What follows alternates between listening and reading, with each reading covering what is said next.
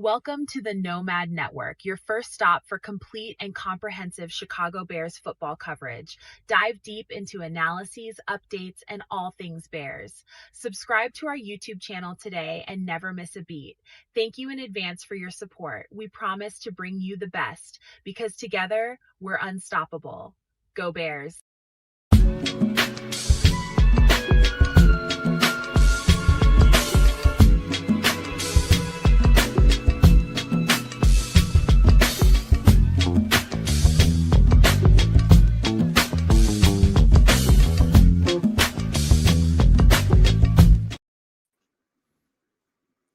Put the kids to bed. It's us. We ran a little bit late. Kids is on location in a different site.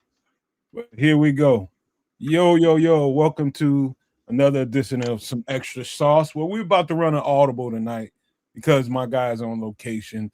We want to do a little something. I needed a little light night, man, because I've been doing a lot. And this is going to be a very light night. It's going to be full of content. We're going to talk about a lot of stuff.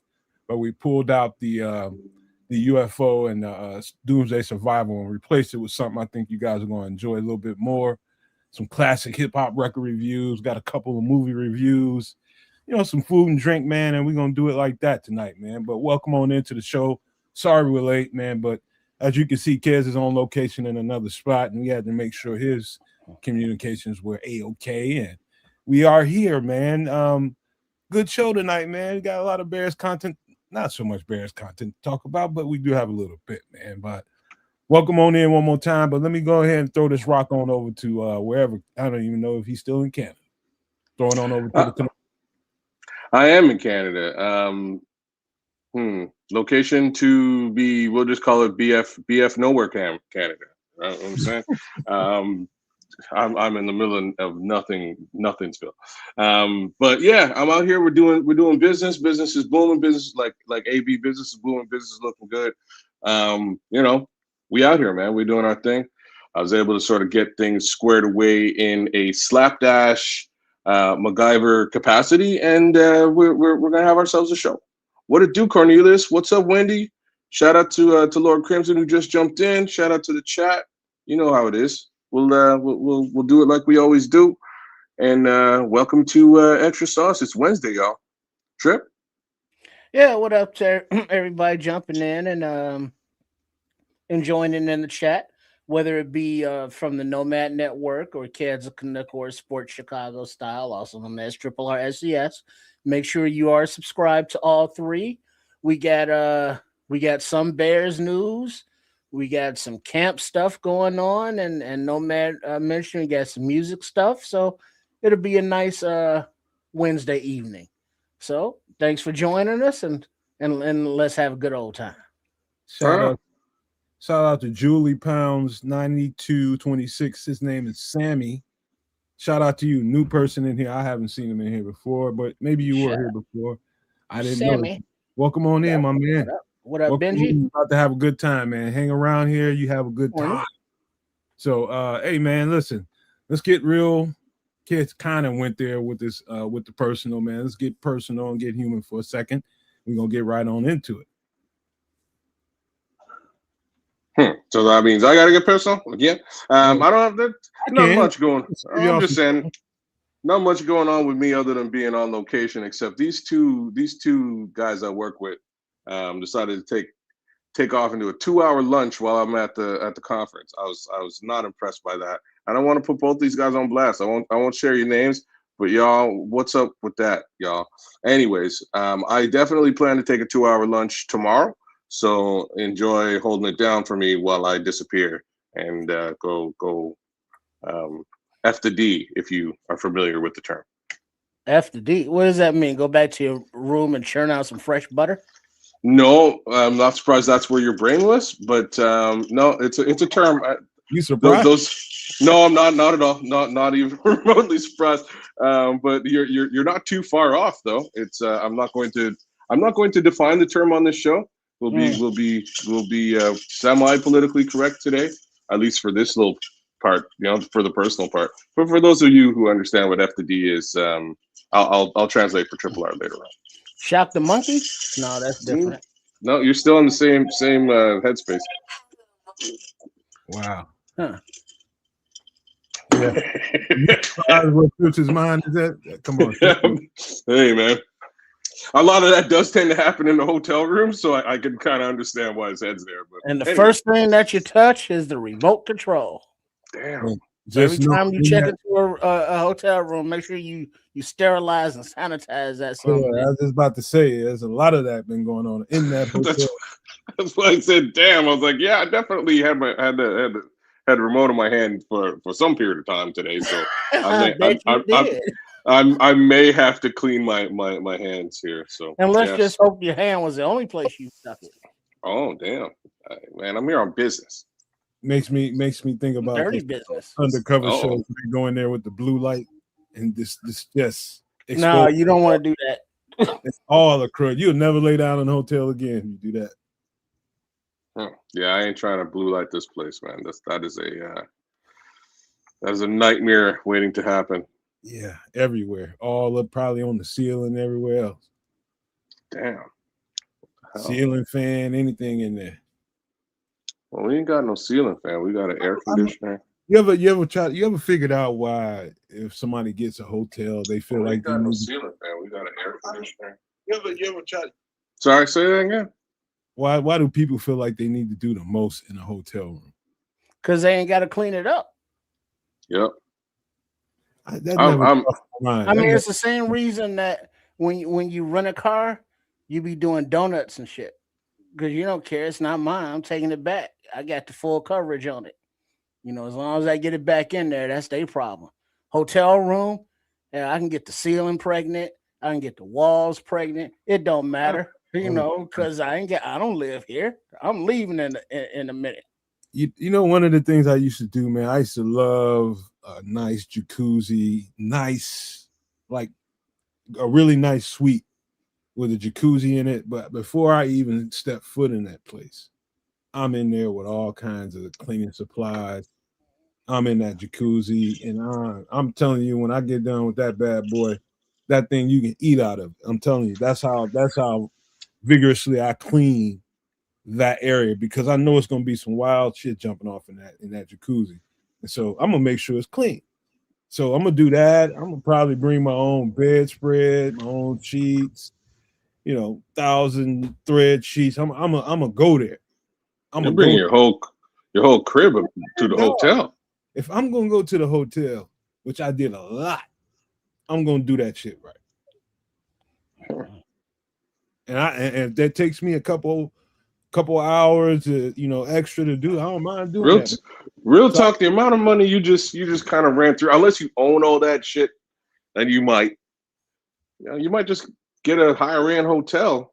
You know what I mean? A higher end room that you can actually trust that they send somebody in there and clean that shit up. Because it's higher end that people still aren't disgusting pigs. You got a misunderstanding going on. No. People are disgusting pigs. Don't get me wrong. I would just like to think that maybe if I spent a couple of bucks more, the cleaning staff might actually take care of business. Maybe I'm wrong. I don't know. Oh yeah, you're wrong. Okay. So much for that. You're wrong. There's no way, with the amount of people traipsing in and out of those rooms, there's no way to get those things fully clean. Damn, it's impossible. Mm-hmm. I ain't trying to go to a hotel. They can't clean every inch and every molecule and every loose piece of DNA. Yeah, it's everywhere, man. It's everywhere. Yeah, I'm not trying to clean all that, man. That's crazy. Hotel means cohabitation, bro. Cohabitation means spread. And just hope the person before you didn't have bed bugs or something. Oh snap! You're laughing. That's rampant out here, though. That one I can attest to, man. That one's crazy. Even saying that, man. Why would you say some shit? That's just because it's true, like man. He's not even front. That means a lot. He's not even front. I wouldn't have said it, man. You just opened up a Pandora's box there. Well, it's a real, that box was real. It really exists. You know what I'm saying? And Pandora ain't in there by herself. She got a whole lot of insects with her. It's true, man. A lot of them hotels have that going on, and they, you know what I mean. And they don't say, like, that ain't in the reviews or in the advertisements. They don't say nothing about that. And you'll go up in that hotel and come back scratching, which is not recommended. But pay attention, man, or at least talk to other. The only real way that it's kind of word of mouth on that bed bugs one. You got to talk to people about their experiences staying in certain places. And man, I was about to stay in this one hotel chain. I'm not going to name it. I don't put them on blast. But I was in Toronto, and I was headed to my head office of my old job. And I'm about to book this hotel, and I wind up talking to this VP. And we're just talking. I'm like, oh yeah, I'm headed to Toronto. I'm talking because I'm going to meet her for lunch when I get out there. We're gonna hang out a little bit and chat it up and go for lunch. I'm like, yo, yeah, I'm about to book this hotel. I'm gonna stay at this hotel, and that's close to the restaurant that we can go to. We'll meet at the restaurant. She was like, you're gonna stay where? I was like, yeah, I'm staying at this hotel. I got a great rate, I'm ready to go. I'm just about to pull the trigger on this deal. And she's like, oh my God, don't do that. You know what I mean? and just shut it down. And I was like, why? She's like, oh, that place, you know why you got that good deal? You know what I'm saying? She went right to the money. She's like, you know why you got that good deal, right? Yeah, they are famous in the in the Greater Toronto area for having having bed bugs all over the building. So if you pay the extra $50 and you won't leave the building scratching. Mm-hmm. Pay the extra $50. So I found another hotel, needless to say, and yeah. We good. Hey kids, the cleanest you're gonna be surprised when I tell you this. I've been in some pretty ritzy hotel rooms in my day, and I'm telling you, I believe 100% the cleanest motel I ever stayed in. Not hotel, it's a motel, but it's cleaner than all hotels I've ever been in. Wow, a Motel 6, bro. You're kidding me. It was an older white lady, middle-aged white lady, who was tweaking. They gave me the key to that thing, and she wasn't done with it. And she was tweaking. When I say she was tweaking, she was all over that MF. I mean, all over. She said, I can't stand nasty. She was one of them OCD people. She was under that OCD people, like aliens. I mean, they are, man, kind of obsessive. Yeah, I mean, so unless it was clean, it wasn't clean. She wasn't playing. It made me. I had to wait. You know, me and the person I was kicking it with that day, I had to wait an extra 45 minutes to her. I was just like, she was talking to me at the door. She just like, you don't mind me if I just got to make sure it's clean for you. I just can't stand anything. That's exactly what I did, man. We went and cranked up some sounds, man. Burnt one. Shit. By the time came back and it was good. Because, but you do know that, well, not everyone, but you want to avoid typically any hotel, motel, Holiday Inns that have hourly rates. You know. Oh, yes. You know, because that's a lot of, you know, let's say prostitution and crackheadery and all kind of things going on. We don't even have, like, there's one, okay, I'm lying to you. There's one joint where I'm at that has that. Two motels in two different skeevy parts of town that have the hourly. But like, you go to Montreal, there's some very shady establishments, and the proprietors resemble the establishment. Montreal's crazy for it. But or what do they call them? Transient hotels. You know what? Big time. I had a couple of teammates that played in Montreal, and they say similar things. Brother, they would know all about that because you can't. What's crazy though, like, and it's crazy. Like at some of these establishments, these transient establishments, they'll have super high end rooms, bro. Like I walked into one, like I was in Montreal, and I had to stay the night. I wasn't planning to stay the night. It was like a haphazard thing, just happened to be what went down. And like I was like, okay, so I had to check out a couple hotels and see what the rates are before I decide to stay. And it was like during a parade, so it was really like there weren't a lot of rooms out there. So the first like 5 rooms I went to was all like $350 Canadian and up. And I'm like, you know what? I'm not really trying to spend $350, and I ain't trying to go to no motel. So I got to find some sort of happy medium. But then I rolled up into this one spot, and there was just a dude who kind of came out like rubbing his hands, and I was like, oh no, like you know what I mean? He had a purple suit and he was rubbing his hands, and I need a room, little boy. Like I knew he was up to no good. But then he was like, oh, I was like, so what are your rates? He's like, well, the rates are all on the wall on that monitor. And I was like, oh, okay. So I go over, I look at this monitor, and there's like a scrolling list of rooms. And it's just like starting at like $3,000, like $3,000 for this crazy room. And then they list the amenities, and it's like a heart-shaped bed, 2 different hot tubs in there. It's crazy. I'm like, this is wild. I would never have expected anything like that in here, because you're like, regular room is like $75. You know what I'm saying? Like, they got them Cerberus suites. It ranged from nothing to Cerberus. Yeah, it was crazy. Because Cerberus it's like it's not a resort, but it's a individual, like, it's a wine and dine. Yeah, I mean, they got it's a hotel room, but it's attached to like jacuzzis, and they got, the hookup for the swings from the ceiling. Oh, damn. Keep the swing in the closet. And so it's like individual things, but it's all like upper tier. They got different, the bigger whirlpool versus a smaller one, but they don't have the same ones with like, the $35 an hour stabbing cabins. Those are different establishments. Wendy, that's classic. That's great. Wendy says, heart bed by yourself is crazy work.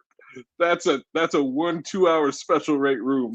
But you're not only in a heart bed, you're gonna put a couple coins in and make it vibrate. Yeah, I'm laughing because I got a much lower caliber room that did have a hard bed. I was with the wife. It wasn't just me by myself. And straight up and down, you chuck a couple quarters in that MF and it's shaking. Yeah, I was like, what is this? I saw it in an arcade? Yeah, you can't be doing that when you're drinking. Man. You've been somewhere drinking. That's the worst thing in the world, man.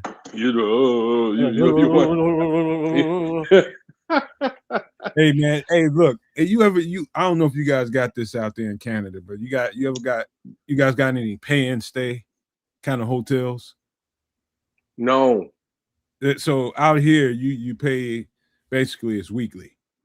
Oh, for like long term? Yeah, like long term living. They pay. Yeah. Okay. No, they do. There's a couple. So as a temp, as I was running that temp service, man, I got a contract with a company over in Decatur, Georgia, that had like 3 or 4 of them around Decatur, Lithonia, Stone Mountain. They had a few of them out there, and we had workers at all of them. And so I got to go through there every now and again because it can get kind of some ruffians can come through there. Let's just say, you know what I mean? But I remember this one lady that wouldn't allow, the team to go in there and clean her room. She just insisted on doing her own room. I ran into her one day. They used to always talk about this, like, we don't ever have to go in this room. She just won't let nobody clean her room. I was like, don't worry about it, man. Just go on about your business and go to the next one. And so I ran into her. Another middle-aged lady.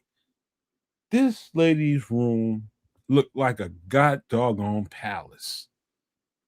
When I tell you it looked like a palace, I mean, she had gold shit. I mean, it was beautiful in there. She's just like, you know what? If I'm going to live around these ruffians, I ain't going to feel like I'm living around them. You know what I mean? Because you some rough cats that be running up through there, man. Cats that be pimping and doing all kind of slanging and all kind of craziness going on, man. But she just refused. That was her situation, but she refused to submit to the idea that it's got to be rough for me. You know what I mean? So I just respect it. I can't think of her name right now, but Lord, every time I went out there and showed her some love, man. I was just like, you know what? I respect that. Somebody that's in between, places is, she was there for at least 7 months. Damn. Yeah, you might as well make it feel like home if that's the case. That's exactly what you're right in there. Exactly what. Yeah, no, we got We got some of them up here, man, but they're few. It's like the same two. It's the same two motels I was telling you about in the skeevy parts of town. So that they do monthly rates. Crimson, you're hilarious, but like you're definitely like you're like those good white people. You know what I mean? You're out there in the tent. I can't never. Like my wife is like that. You couldn't catch. You'll never catch. Yeah, it's something like that. No, just like good old white folks. They'll tense up, man. Yeah, the tree huggers out there with nature and communion and barefoot and shit. Something like that. I don't out really there where the bear shit. That's where they shit too. See, I can't. You'll never catch me doing it. This is where doomsday survival takes a left field from me. You know what I mean? It's like if they ain't no toilet paper, I'm ass out. Find some leaves. I got a problem. How dare you, sir? Nomad, what's Nomad gonna do? They won't have wet wipes out there. Acorns.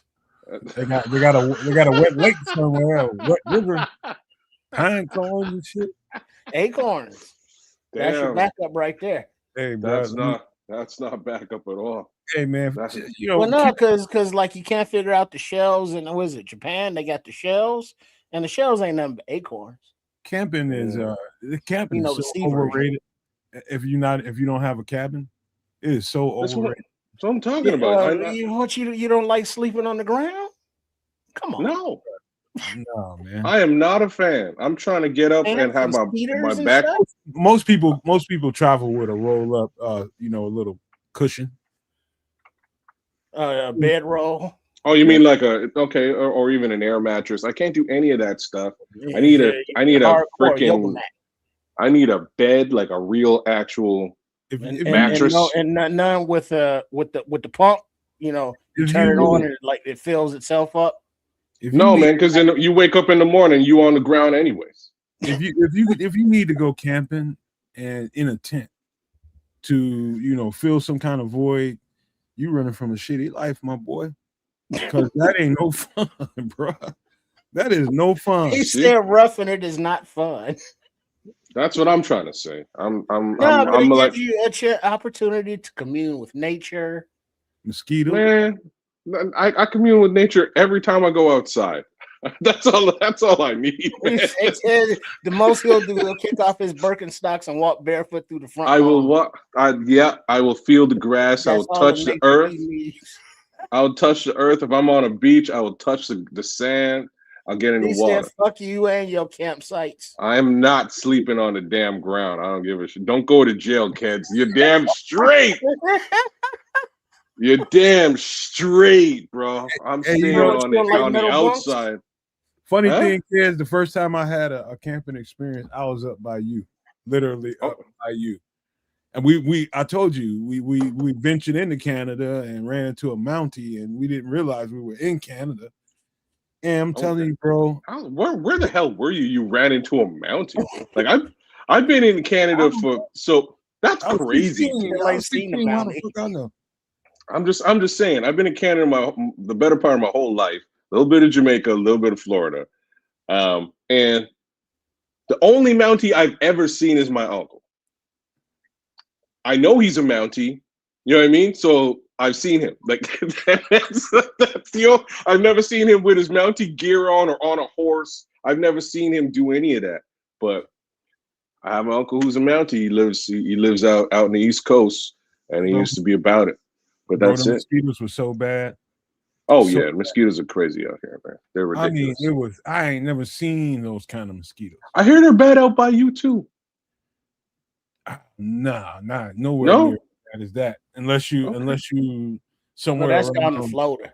If you around Lake Michigan on one of those islands or some shit like that, or somewhere in the wooded area by Michigan and shit. Lake Forest, I hear parts of Lake Forest and Crystal Lake, it can get pretty rough because it got a lot of woods out there. All right, so this is the second time I heard about Crystal Lake this week. I have to ask a question to Chicagoans. Is Jason Voorhees from the Illinois area? You know what his name is? Mr. Shorty. He's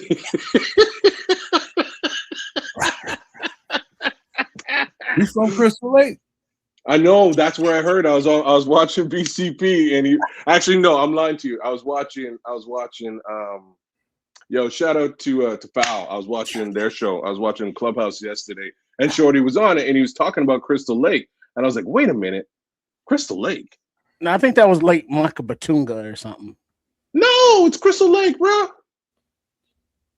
We'll figure this out later on. Jason Voorhees, right? That not Michael Myers. I always get those confused. See, no, not Michael Myers.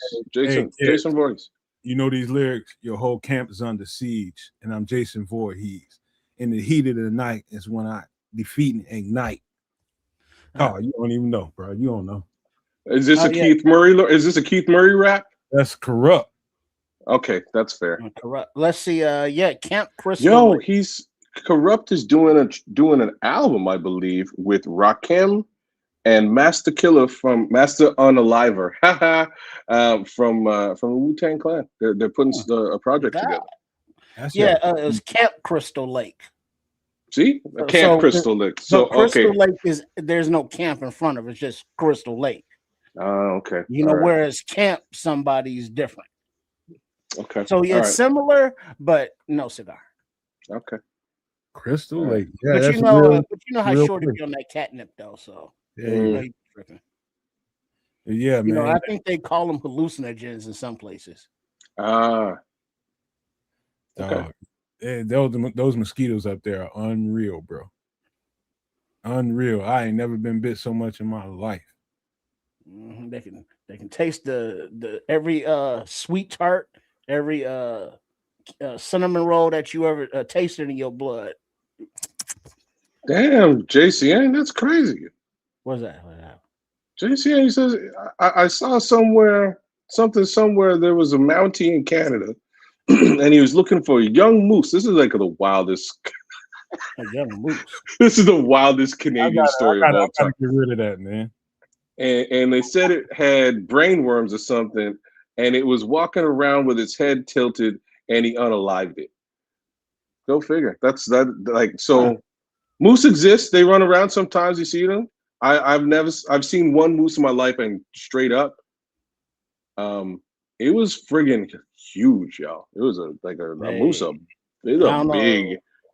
Well, yeah, but I mean, because Rocky and Bullwinkle, it was a moose and a squirrel, right? Yeah, but they make Bullwinkle look like such an approachable guy. Like you would never, you know what I mean? You would never approach no moose, y'all. A moose is like straight up.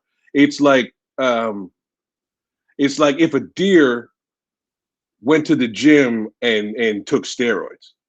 You know what I mean? Like and came out the gym just surly and angry. And like that's like a moose. Yeah. And like they're you can see it. You can just see muscles coming out of nowhere. They're nuts. Yeah, crazy. I didn't like I say, I don't see many Mounties or moose in Canada for as long as I've lived there. Are you sure you're in Canada? I am. I'm in the good part.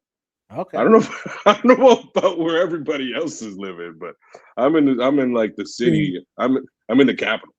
I've seen some wildlife shows, whether it be bush people, all kinds of different shows I like to watch out there.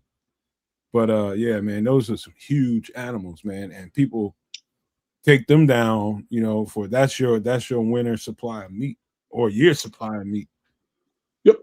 Yeah, that would last you a year, man. That's just the sheer size of that would last you a year. They are massive. Like JCN's Hobbs is saying, they're almost as big as an elephant. I don't know if that's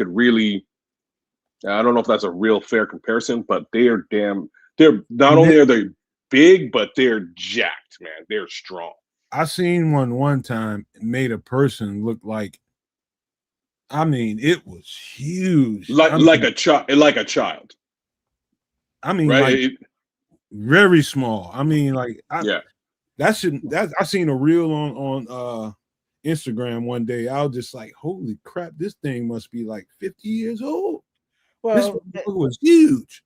They don't have like claws and teeth like that, and they living out there in the wilderness amongst stuff that I'm sure would love to dine on their delectable moose meat, So they got to be able to protect themselves some kind of way, and maybe it's just the sheer mass of themselves and the strength. The wolves, the only thing that's going to take that down, and it's going to take a whole pack of them. Maybe a bear, maybe a big grizzly or something like that, but a big grizzly don't want nothing to do with that big old thing. He's going to look for a younger one or something. But yeah, man, that's crazy. Camping is off the chain. You want to hear some good news? What's that? Man, did you make some progress with your bush? I finally took it down today. And you know what? All the tools I had. That was very well worded, Triple R. But continue. Yeah, I'm not listening to Trip right now. Tell it right over his head. You shouldn't either. Just ignore this. Oh man, I'm sorry. I have to validate stuff like this, man. What up, Book? This fell up in here. J-Scan Hobbs. Let me see. Wendy, Squalls. Everybody. Did you burn it? No, man. You know what? I one tool I didn't use on that thing was a maul. A maul. Okay, you don't know what a maul is? Like it's half hammer, half axe. Yeah, I thought you would need something a bit sharper for that. Maul is pretty sharp. It's not like shitty sharp, but it's got an edge to it. But the heaviness bangs through a whole lot more than you might think because it's got the hammer on it. Oh yeah, and that's so it's part sledgehammer, part axe. Mm-hmm. Man, I finally got that thing where I needed it to be and got the pounding on that thing, east, west, north, south, just to loosen it up on all sides. And I finally cracked that boy from the east and it broke today. Yeah. One crack and then it's like all downhill. Bro, I was so relieved. I told my mom, I said I should He missed that one too. I'm not listening to Trips, man. Anyway, man, Trips messing me all up, and you are too. It was y'all just don't know what I just went through with that thing, man. Well, it's been only 2 weeks. Oh God, 3. But hey, who's counting? No, he's right. This is the third week. This is the third week right here. And it's going to take you 3 weeks to get out one bush. One bush, bro. That should tell you when I finally pull the root out of it. If I drop that thing in your arm, Triple R, you'd be like, "Man, hold on, man. I need some help taking this to the alley." That thing was strong, bro. I mean, heavy as all get out, bro. And bro, you just don't know, man. I told my mom I should bronze this motherfucker like some baby shoes or something. Hang it over my window or something in my rearview mirror or something. God damn. It was not just because it was thick, it's because how it was sitting right there and growing underneath the sidewalk. And so you gotta figure out a way to get underneath there and break that. And so it was just, and it was fresh and it's new. It's not like old and had like dead limbs on it. It was a fresh, young, growing tree. And you had to cut it. Mm-hmm. So it's not like brittle, nowhere on it. You have to cut it, dig to it and cut it. And every day you're going to have to nip a little piece of that thing off. And you know how many auxiliary or ancillary roots did you have to cut through before you get into the main vein, if you will? That was probably the worst part of it, is finding all the stuff, the hanger-ons, bro. That was probably the worst part of it. Not only that, I finished that today and then got another one similar to that today. Now I got a system with the maul and the chainsaw. You use a chainsaw to kind of get some of them smaller roots and use that maul to hack at the base of that thing. And that maul, the heavy maul, can do a lot more than you might imagine just because of the sheer weight of it. And then, I got a nice little edge on it. So it's doing work now. And I feel like I'm going to be able to take down at least a stump a day. And it's probably like 20 of them out there. Well, so let's see. One stump took 3 weeks and you trying to talk about a stump a day? No, this one was unique. The first one was very unique. Today, I started on one today that had a bigger base than it, and just because it wasn't surrounded by concrete or anything like that, I got that bad boy down about an hour and a half. Got it all the way up. Wait, so you say how many bushes you got to get rid of? 20? About 20 of them bad boys. Maybe I haven't even count them, but it's somewhere. So that's like an all summer kind of thing. It's 20, man. I can get over there and get one of them in a day. All right, so a month. Shit. Yeah, man. You're gonna be sore as him. Was an MF now, bro. My hands, hey, Trips. My hands look like effing boxing gloves from the last time I was over there from just smashing shit like that with that maul. And then I had to turn around. My garden is planted now, and so I had to go handle the tiller and dig it. And what was unique about that this year, Trips, is because I had so many leaves on it, to feed the earth. And so I had to turn it up. I couldn't just graze over it all the way up. I had to turn all that shit over. So every step was like turning the ground over. You got to lift the tiller up and push down into the earth. That's good for you. Man, my hands are like freaking boxing gloves, bro. But I know you ain't too proud for no tub of Epsom salt at the end of the day either, right? Nah, man. You just eat some fruit, eat some vegetables, man. Get some Epsom salt. Nah, I ain't need to do all that. My body recovers pretty good. Mm-hmm. But all right, you holler us after about bush number 8. I ain't worried about it, man. Uh-huh. If I was in bad shape or something, I'd probably be a little more daunting. It's just work, man. So, those axe swings, where you got to build up that momentum, and where the maul, builds on it and takes it and enhances it. You got to generate that. And I know you got to go lefty every now and then, and righty, you got to switch it up. You got to go different angles and stuff.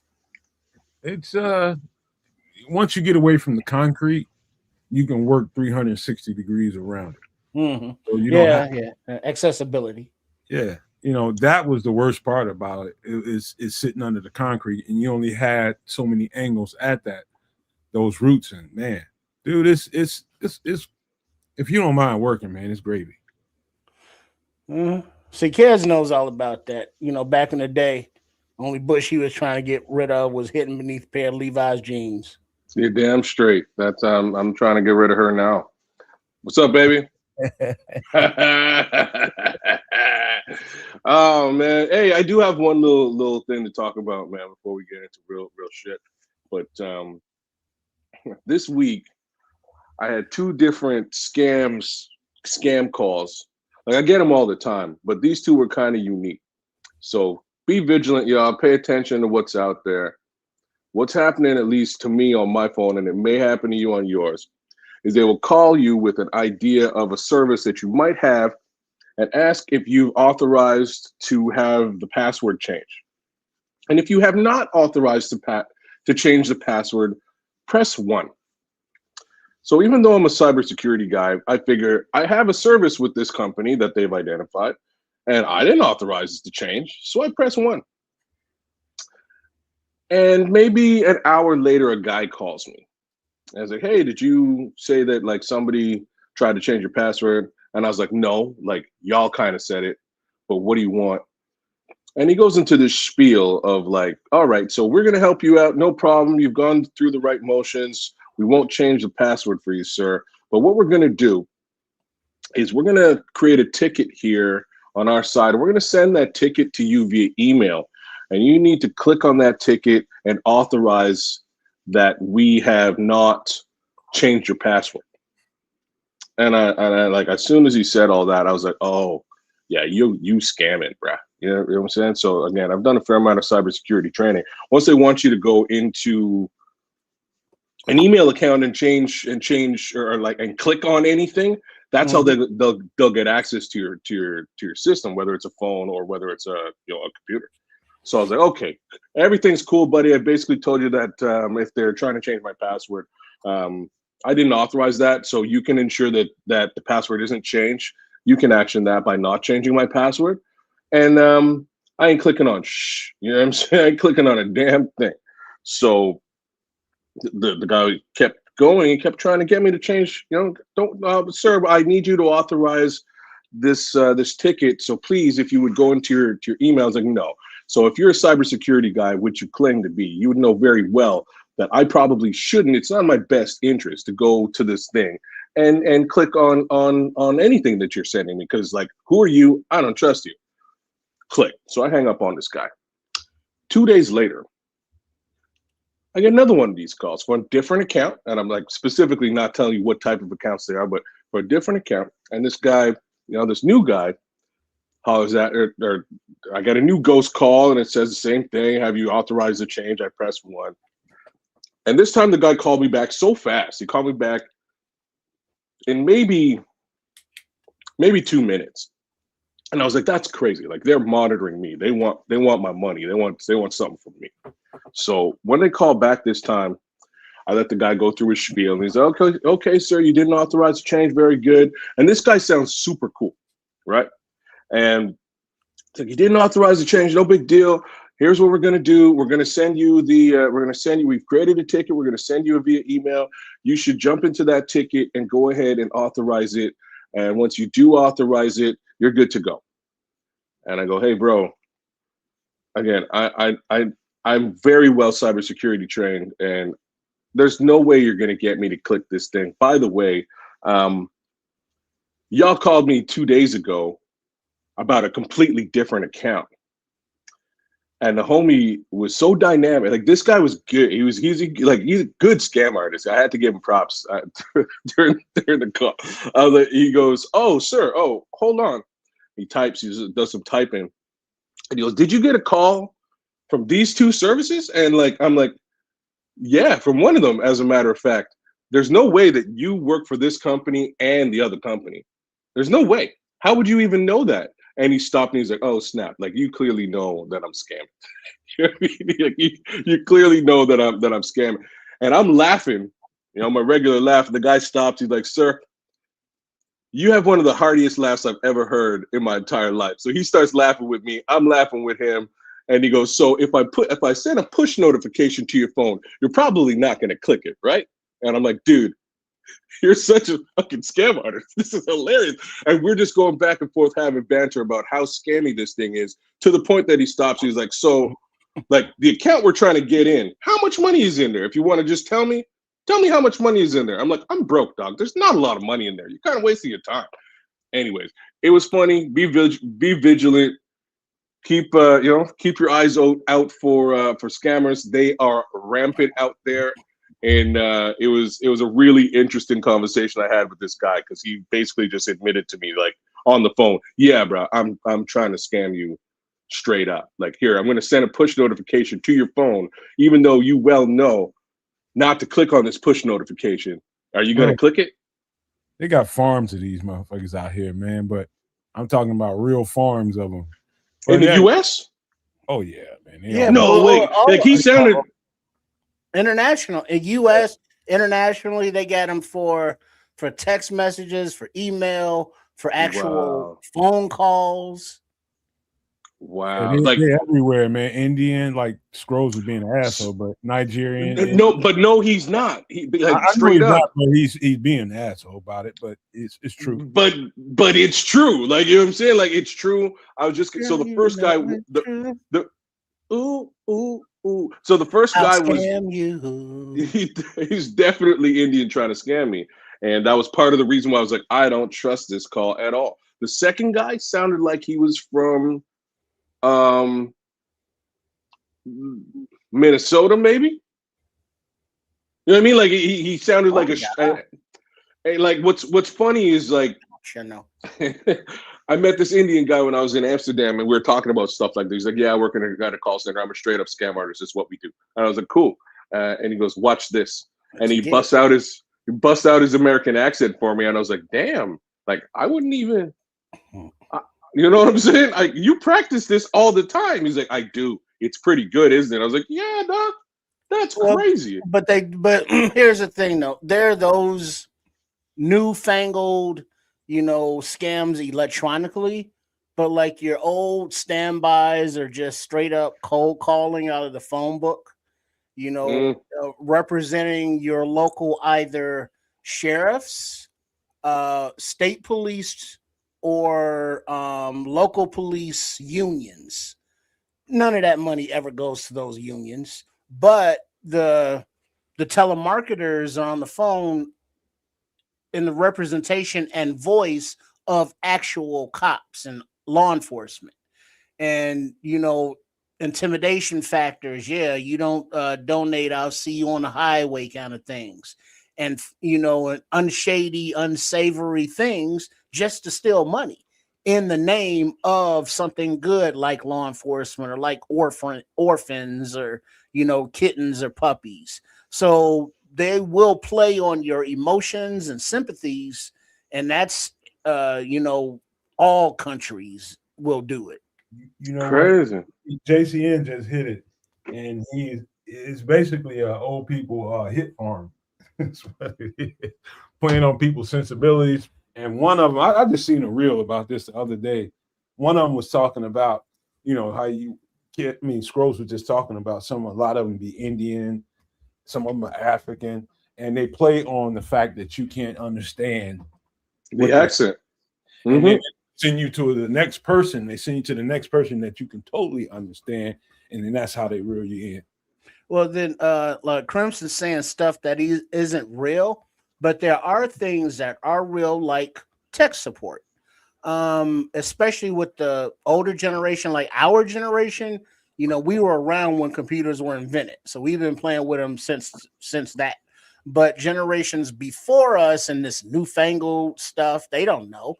So they have no idea. A pop-up message comes on or something freezes, and it's like, hey, did this happen to you? It's like, yeah. Well, call us up and we'll give you a free analysis of your system, and they don't know. So it's like, sure. And so now they the scammers have their entry point into these people's lives.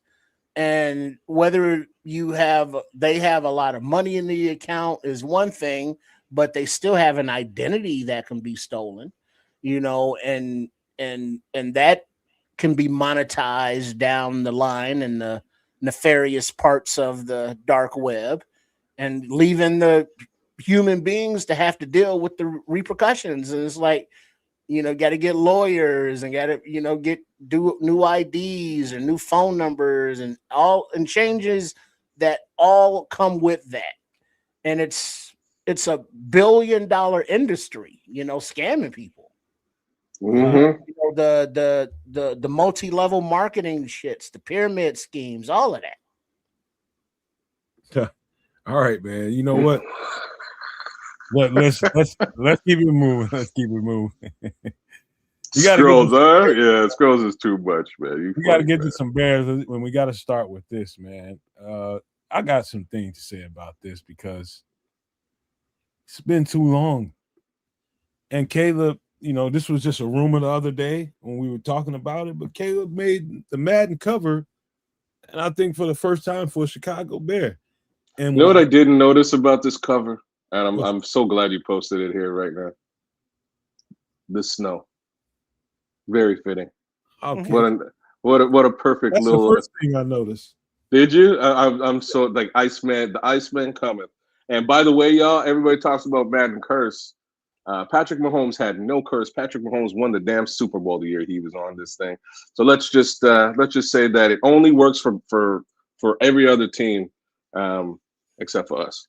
Wait, now Nomad, you're showing the deluxe edition. You know that, right? It's okay. It's just a cover.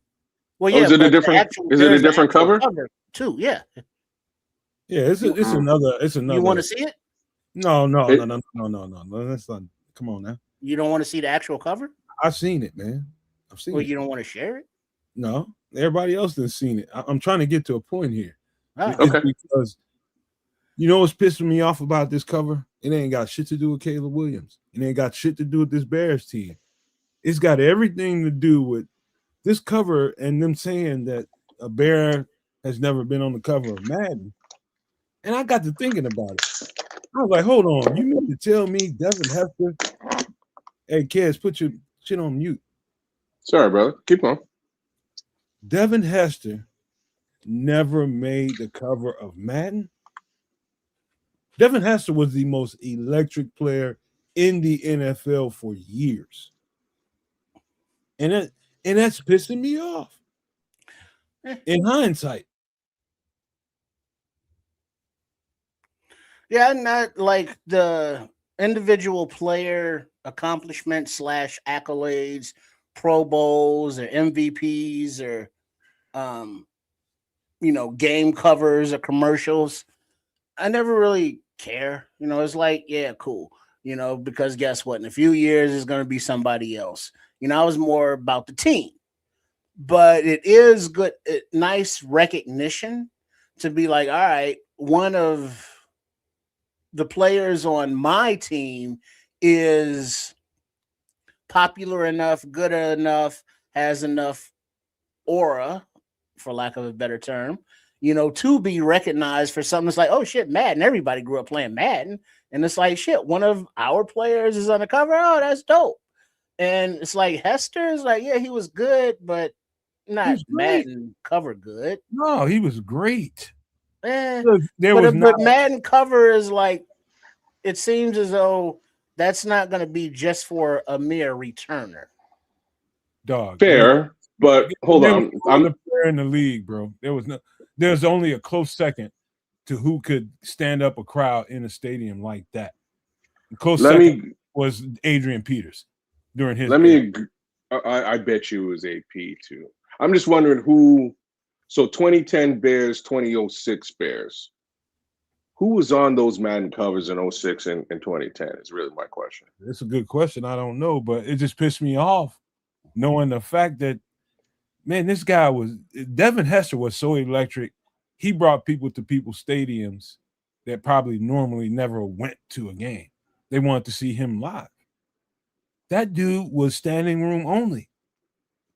Standing room only when he was back there to receive a punt or a kick. Yeah, he was that bad. He was. Those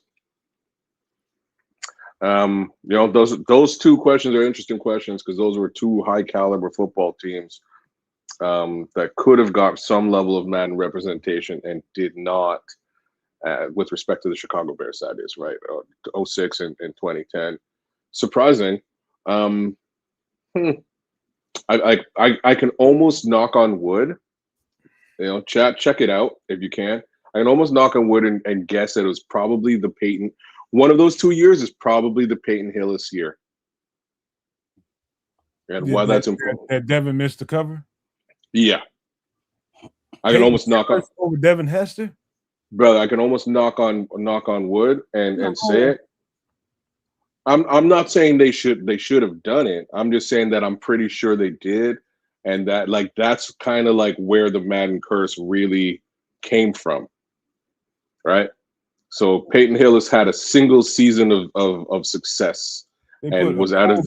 They put a fullback on the cover before Devin Hester.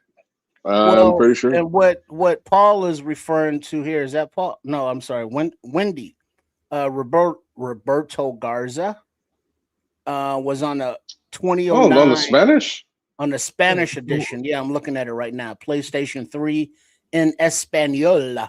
Madden 09. Roberto Garza is on the cover there. That's wild, man. Devin Hester ever being on the cover of this thing is wild.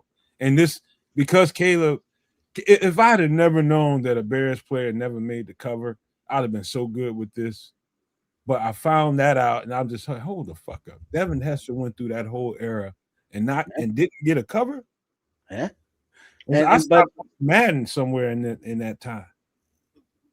He was, but have Hester, Hall of Famer, all of that. No love, and that tells you where the Bears personnel has been, talent wise. Shut up, Scrolls, man. You You're laughing at Scrolls too over here, man. Scrolls are too much.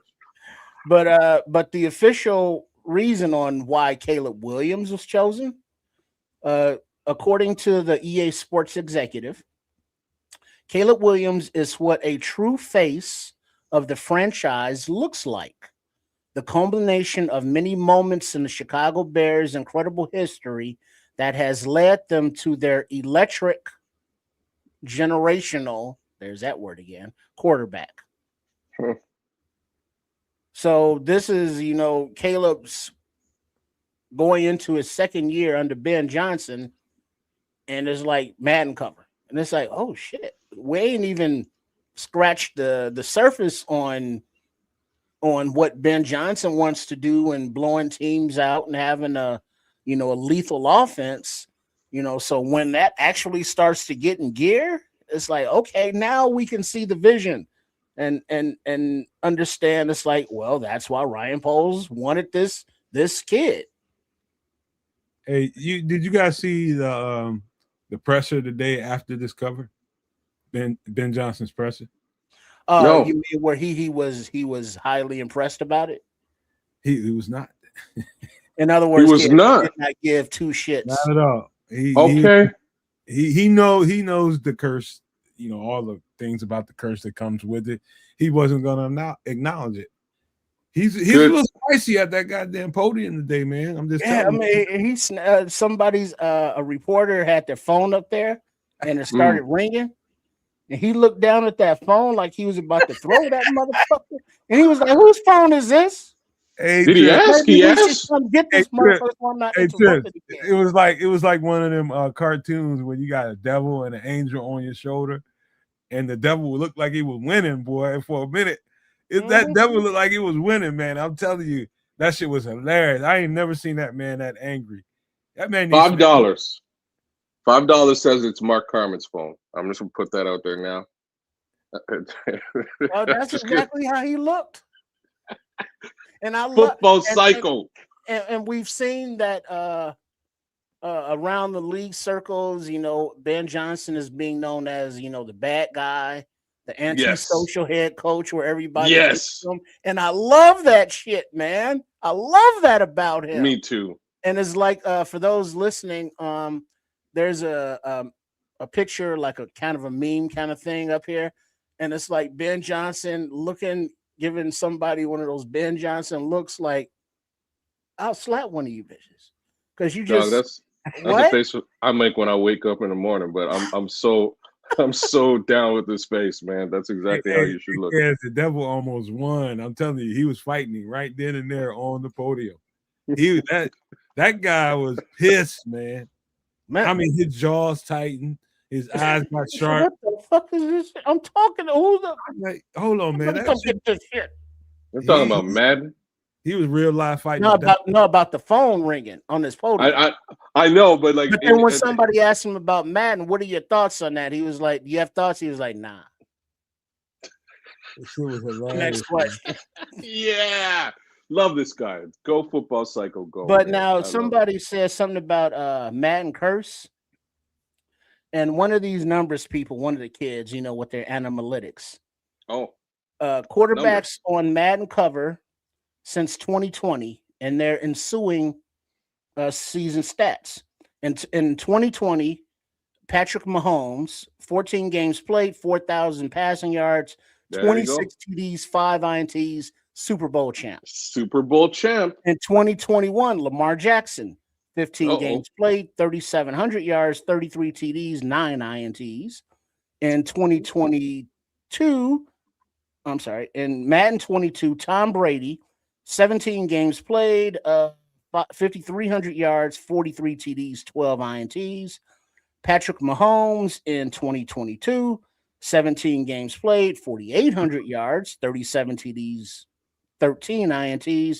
And in 2024, Josh Allen played 17 games, 4,300 yards, 29 TDs, 11 INTs.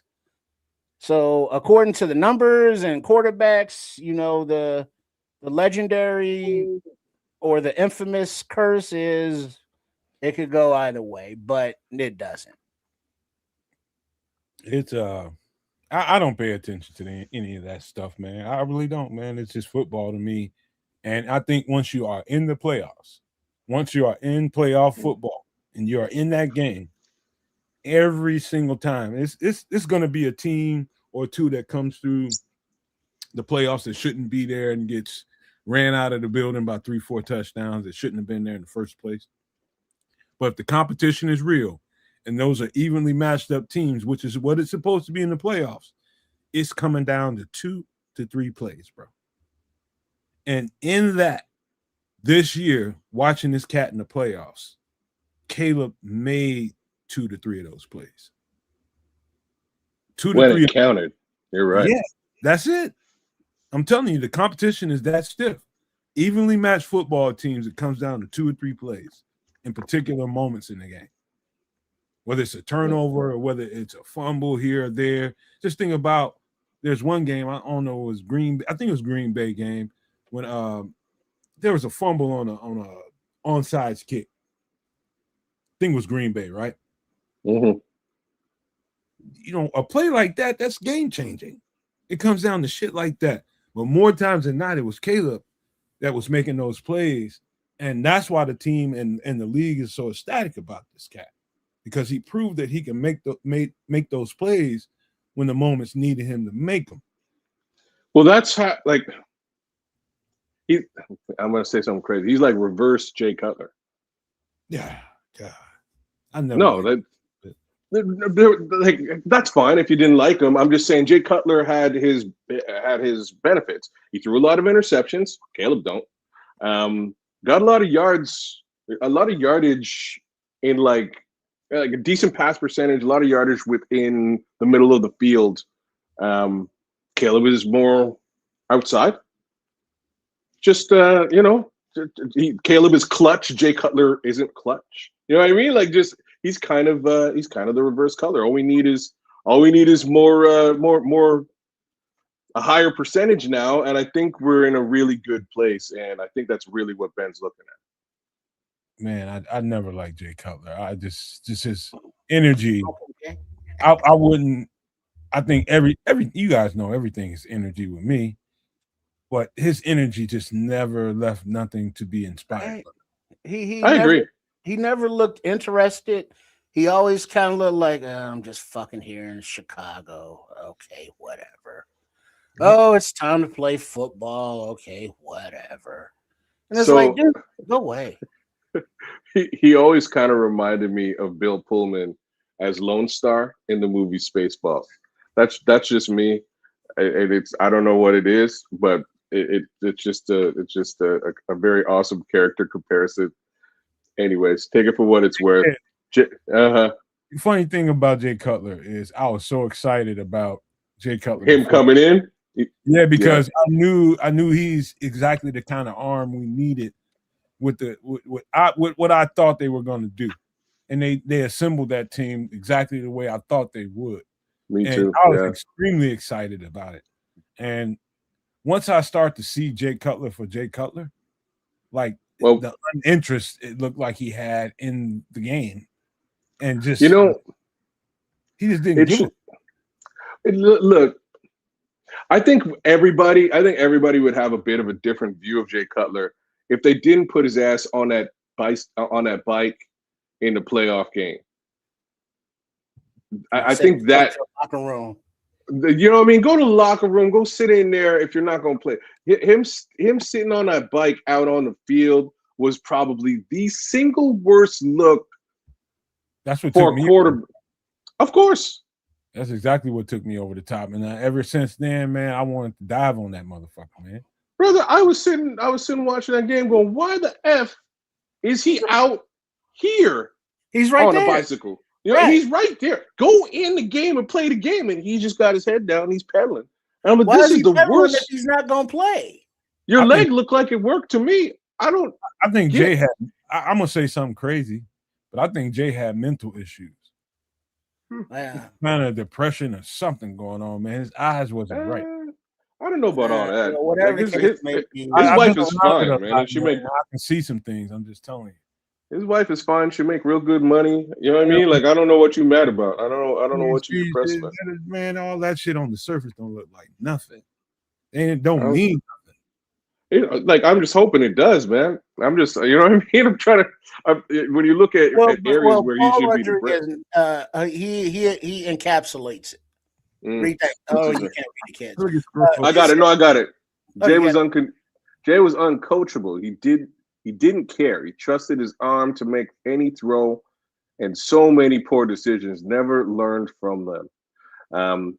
He kept gunslinging and throwing reckless, and that's a really good way of encapsulating it. So at the same time, maybe you want to put the Jay Cutler failure potentially on coaches and just surrounding quarterback room. What's really funny is guys like Josh McCown would come out underneath him and just light it up though. So I don't know. I don't think Jay. I don't think he was a whole football player. I don't think he was invested. I think he did what he needed to do, and whatever that was, he didn't do it when they needed him to do it at the time. The most pivotal game that they needed him, he sat on that goddamn bike, and I never ever will forget that. Now, this is a total speculative question, and none of us can answer it. But what do you think Jay Cutler's reaction was to see this Madden cover with Caleb Williams? Disinterested? Oh, he walked right past it. Happy? They'll just don't give two shits. If we're going, Jay Cutler. Wait. So the thing is, I think you're comparing Jay Cutler to Caleb Williams. Jay Cutler's legacy is probably 50-50, depending on which Bears fan you talk to.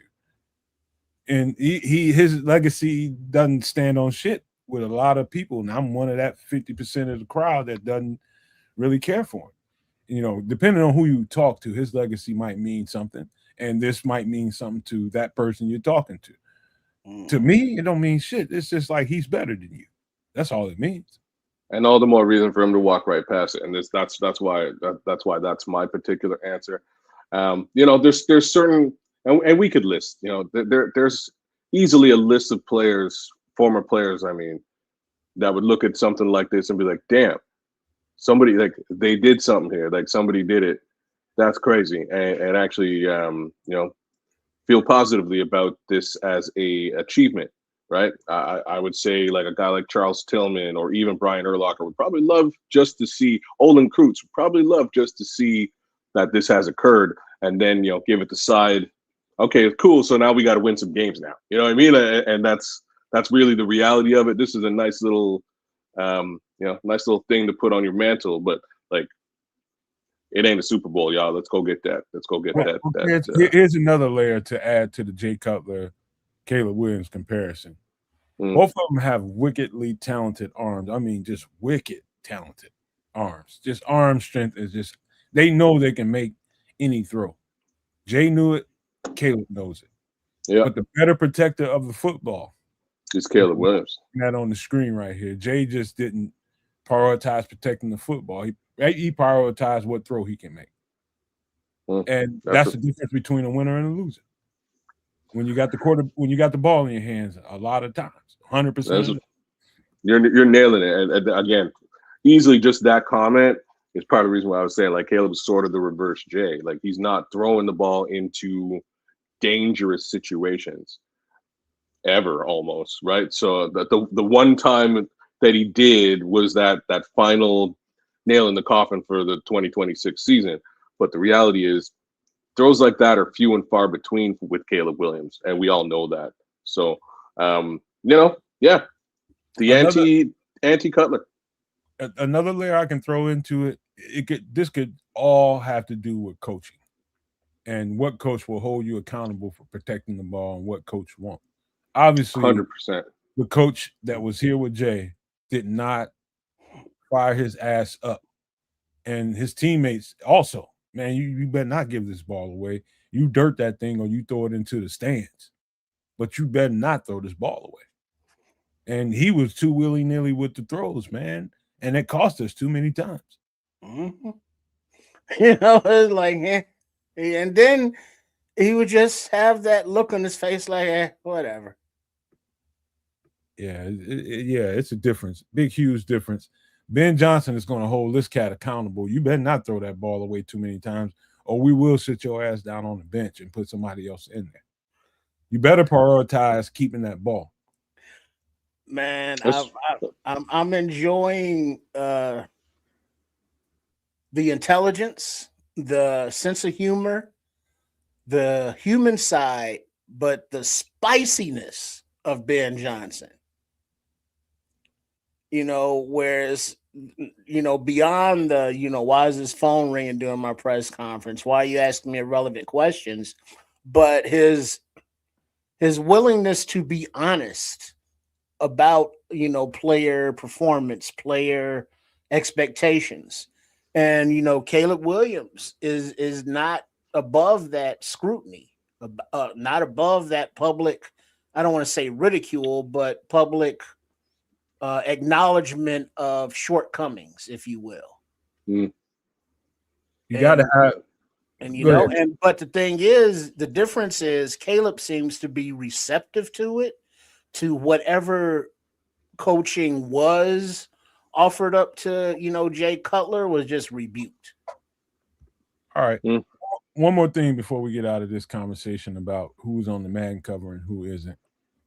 I'm having a little brain fart, but yeah, I'm having a complete brain fart right now because somebody is outside my door right now. Hold on for a second, y'all. Hold on. Give me a second.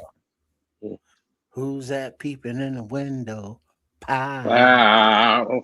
Nobody now. Jeez, yeah, man. So I haven't bought Madden in probably 10, maybe 15 years, and I'm a big fan. I still wind up playing it every year. Usually I wait for it to show up on Xbox Game Pass, and I can just download it for free, and I'll play it either early in the season for a little bit or later in the season. Get a couple of franchise runs out of the way and do it. But I haven't actually bought it.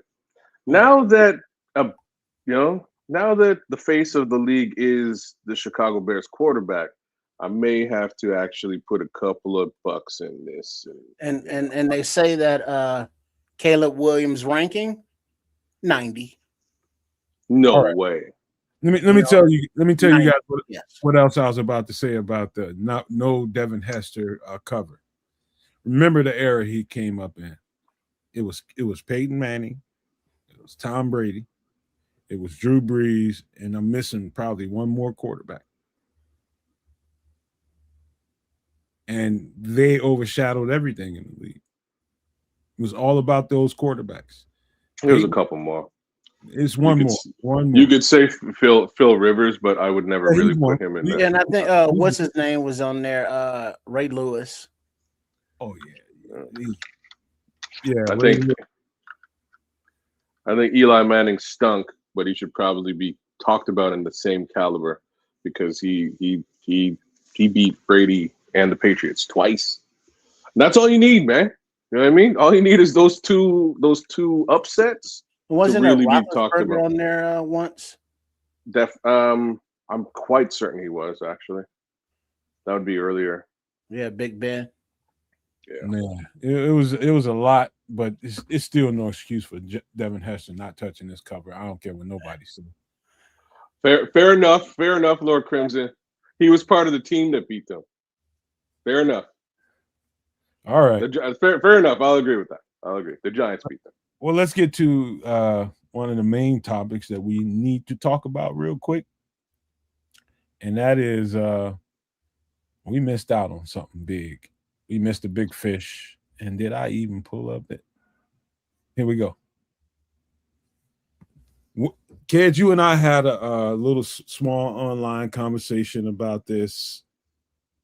What were your first thoughts here? What were your first thoughts? I'm just going to shut for a minute. You know what they were, and it was like, damn, how did this situation slip past the Chicago Bears, right? Like that was obviously my little 2 cents. Because if you're able to acquire the services of Thanos, and he got the Infinity Gauntlet, you probably want to pay Thanos, man. Figure a way to pay Thanos and get him all gauntleted up, so he can snap his fingers. And I use that little comparison because, like, straight up, like that defensive line would be different, like that. So to be frank with you, there's a couple of things that there's a few things I would not mind letting go of, and that does include potential draft capital for an instant and an instantly threatening defensive line versus a line that's not really all that threatening. You know what I'm saying? So that's where we are. And all I really hope to hear at some point is just that, Ryan Poles says, hey, yeah, you know what? We heard about this thing. We had a couple conversations. It wasn't a fit. That's all I need to hear, and I'll be fine. But, I really had to think about how the heck did this guy get to the ramp? So basically, 2 out of 3 of our, probably bigger threats in the 2 out of 4 of our bigger threats in the NFC now have gone out and secured massive pass rush upgrades. And we're just going to have to deal with that. And we've been looking for a pass rusher for, I don't know, 7 years. We have one. We need another one. This is the only guy that I thought that was worth them changing. You got to change gears immediately if this guy is in play. Would you throw 2 firsts for this guy? Oh, yeah. Every day. That's what I'm trying to say. Come on, man. Simply put, I'd throw 2 firsts for Myles Garrett. You can. Well, but he did also go for more than that, though, basically. No. Well, yeah, because Jared Verse, he was a first-round pick, still on his rookie deal, Pro Bowl player. So that's first number 1.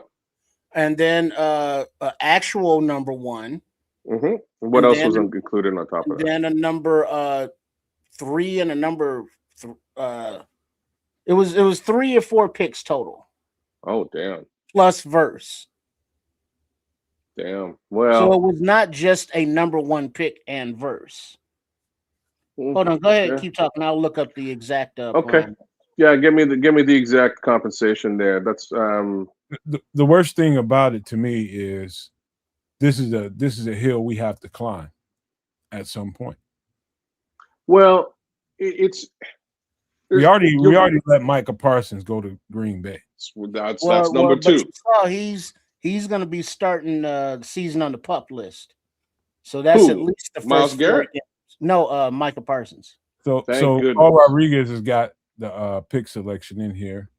He says a first rounder, a second rounder, and a third. Right. But the third is conditional.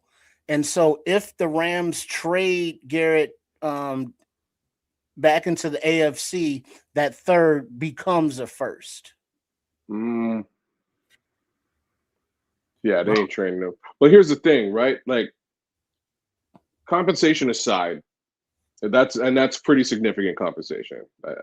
But compensation aside, you are allowing your competition to get better under your watch, and that has to be taken into consideration, right? They were not really in that Michael Parsons conversations, and he went next door, and we got to deal with him twice a year. I just want to know that they were at least in this conversation and looking at this particular opportunity and maybe trying to wheel and deal if needed. But my thoughts is they probably weren't. They probably looked at this thing and said, we just don't have the capital. We don't have the capital to do this. So we're out. And they probably bowed out really early if they were involved in the conversation at all. Kids and Trish, think about some of the conversations we've had about pass rush in the last couple of weeks here, and how we were breaking down what the offense can provide to help the defense pin their ears back and get after the quarterback. Myles Garrett was on a team that couldn't really score. He still ended up with 20 sacks in a season. Imagine what that's going to look like with a team that can put a 21 burger on your ass at halftime. Brother, how many sacks can he get then? Let's just be like, let's just quantify that. And this is why I'm saying you're allowing your competition to get stronger, get better. We lost to the Rams last year in the playoffs. Exactly. You know what I'm saying? Like, it's specifically that team. You allowed that team to get that much better on you. And the facts is, Matt Stafford ain't gonna be there that much longer. So they're kind of famous for doing. Even the Matt Stafford move was kind of like this, right? Let's get the most out of the existing NFL that we can and win that chip. And this is like a very similar move as to them pulling Stafford over in the first place. Let's just expend, empty the wallet, get what we need to really make a go at that, at the NFC Championship / the Super Bowl next year. And that's what this looks like. Well, yeah, but the downside is, you don't make it. Now you're in a position where, a lot of your young talent is gone. You are, down draft picks, and you got to pay a lot of old guys. You know who doesn't care about that? The Rams. No, not just the Rams, but very specifically Sean McVay. Because Sean McVay can go get another chip and be like, yo, I'm out. I'm going to retire. I got two. Still more or less. You know what I mean? I'm probably get into the Hall of Fame. You know what I mean? Like, he doesn't really have to worry about how old the roster is and who's got to fix that situation up after. He wants to win now. And that's what this is. This is a win now move. That's definitely because, according to the scuttlebutt that I've heard, teams had similar offers as far as draft compensation for Garrett, but nothing moved the needle until the Rams offered Verse. And, the Bears didn't have a Verse to offer. It's like, we'll give you a motivated Dale. You know what I mean? Please give them a motivated Dale. Please. But the closest thing we would have would have been Booker. And I don't. Nomad, you nailed it, brother. Nomad, you nailed it, brother. It would be Montez Sweat. If you really want to go something similar, like for like, you let go Montez Sweat. You add another player into this conversation. Oh yeah, to free up. Sweat's almost the same age as Garrett. Here's the thing. That's fine. Here's the thing that y'all might not be paying attention to is they needed a left-handed edge rusher, left-sided edge rusher. Montez is not a left-sided edge rusher. He's more right-sided edge rusher. And Verse is more of a left-handed edge rusher. So that kind of thing makes a difference. Mm-hmm. I've seen a lot of Garrett snaps on the left though. He's a left-handed edge rusher. Well, defensive left, defensive right. Oh, my bad. Okay, I see what you're saying. Sorry. That makes a huge difference. Okay. Because they might feel good about what they're getting coming off the other side. These kind of things make a difference in that regard. If we had a specific guy that can, let's just say Montez was better from the other side. On the side that Garrett is, that Rams deal looks good for us too. But I think that's a specific thing that they think they want. That guy's coming to the blind side of the quarterback. Man, I kind of knew that at some point this was like something like this was going to go down with him. The regime change, I don't think he was really with it. I mean, I know he was very close, as in Myles Garrett. I know he's very close with his defensive coordinator and coach before all of this regime change over in Cleveland. And the flip side to all this is, again, back to the money angle. Man, they were paying two people upwards of $300 million. Like that's like the whole roster and two players. So they kind of needed to make some kind of move. Let me ask you guys a football question, just off the top of your head. Do you think it makes a difference whether an edge rusher has his left hand in the dirt, right leg back, or the other way around? Do you think it makes a difference in that play? Given where you line up, yeah. Yeah, it does. It does. The thing about a coach and assistants to these coaches in those rooms is knowing where their strengths are, where their weaknesses are, and they know where to give these guys particular amounts of reps. He comes off of his back right leg better than he does his left. I mean, it's little simple things like that that makes a difference in a trade like this, in my opinion, because versus more of a left-handed in the dirt kind of guy. And that can give you similar, impact that Myles brought to the team. Not the same by far, but it can give you something similar. As opposed to if you looked at Montez on tape and he's on the left-hand side, to me, he's not the same player. He's good, but he's not the same. As opposed to the other side of the field.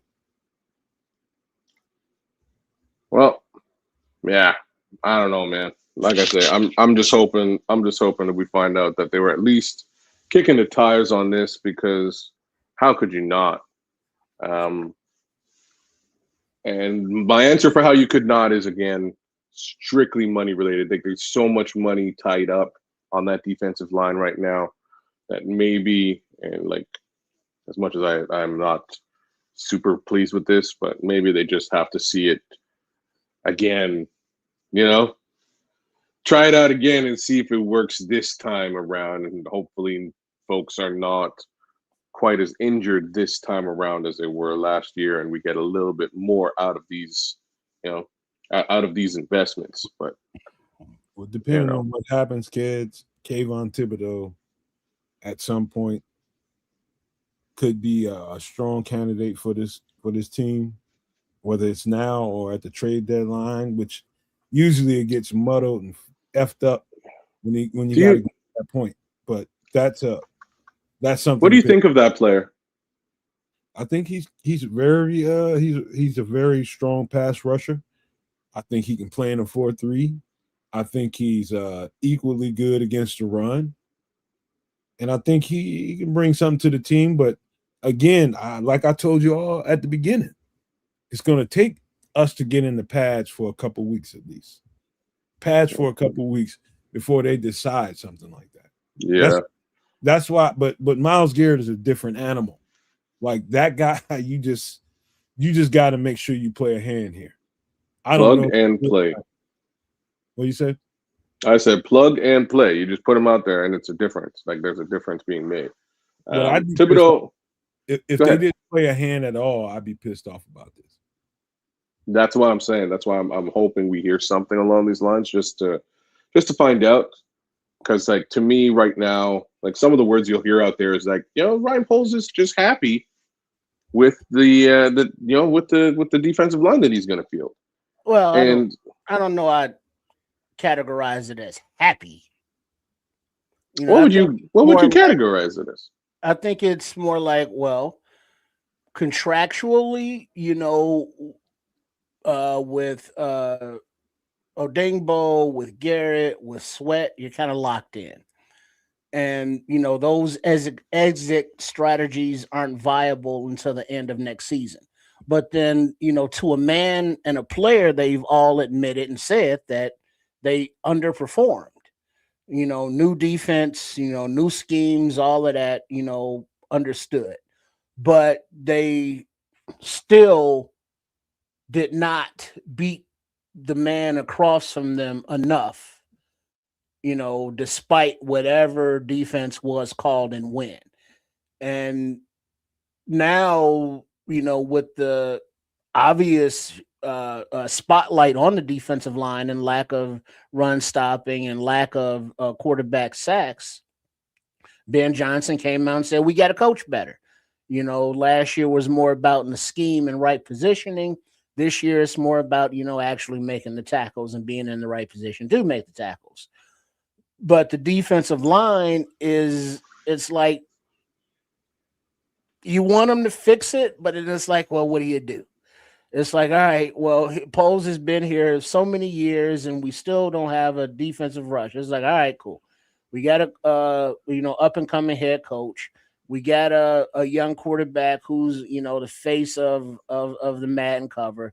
We had question on the offensive line, kind of left tackle. We're not sure. All of these things, all of these positions have been addressed and addressed pretty well. The edge or the sack master, if you will, that hasn't been drafted, he still is not gotten that guy yet. Maybe it's Booker, as he develops. You don't have to come in and be that guy, but Is it Booker? Who knows? But it seems as though they are content to go into the 2026 season, with higher expectations for the D line, with an eye to be like, all right, at the end of the season, if things don't go better for the D line, we can be out of Grady Jarrett's contract. We can be out of Odingbo's contract, and we can be out of Sweat's contract, and that's several $1 million. And there are several good free agents that are going to be available, namely even some from the Rams defensive line. So it seems as though he being Ryan Poles isn't happy with the line, but he's kind of hands tied as to the moves he can make to fix it or upgrade it. I think most Bears fans are the reason why I've always been head and heels over. I mean, this guy right here is different. And right now, what I've been trying to preach to everybody that's watching the channel on all three of them is understand what they're trying to tell us. And you listen to the pressers, but you don't want to accept what they're telling you in the presser. If you hear them tell you, matching the pass rush with the coverage with the pass rush, why they all go hand in hand. They're telling you. It's just people don't want to listen. They want the name that they're familiar with that has a certain amount of stats associated with them before they are okay with it. And really, it's just people bumping their gums. Other than that, this guy's different. Other than that, I'm listening to what the hell they're talking about because I know they know what they're talking about.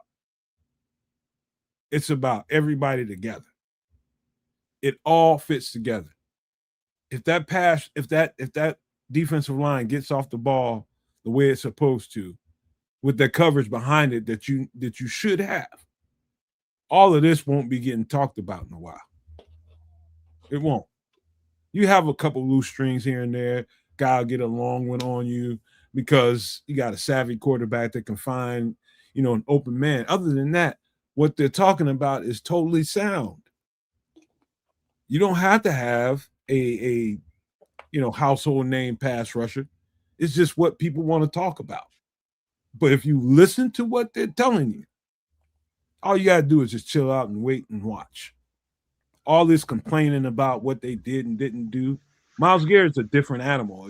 They don't, they miss on a Myles Garrett. I'm going to have something to say. But other than that, everybody else, I'll wait till they get in pass and we can see.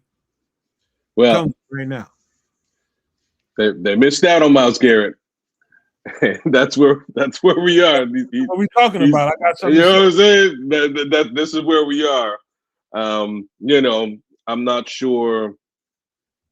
I just worry about the obvious thing, and it's got less to do with name brand. Although this name brand here is tried, true, and tested. Shout out to Foster out there, man. Big ups, man. What up, fucker?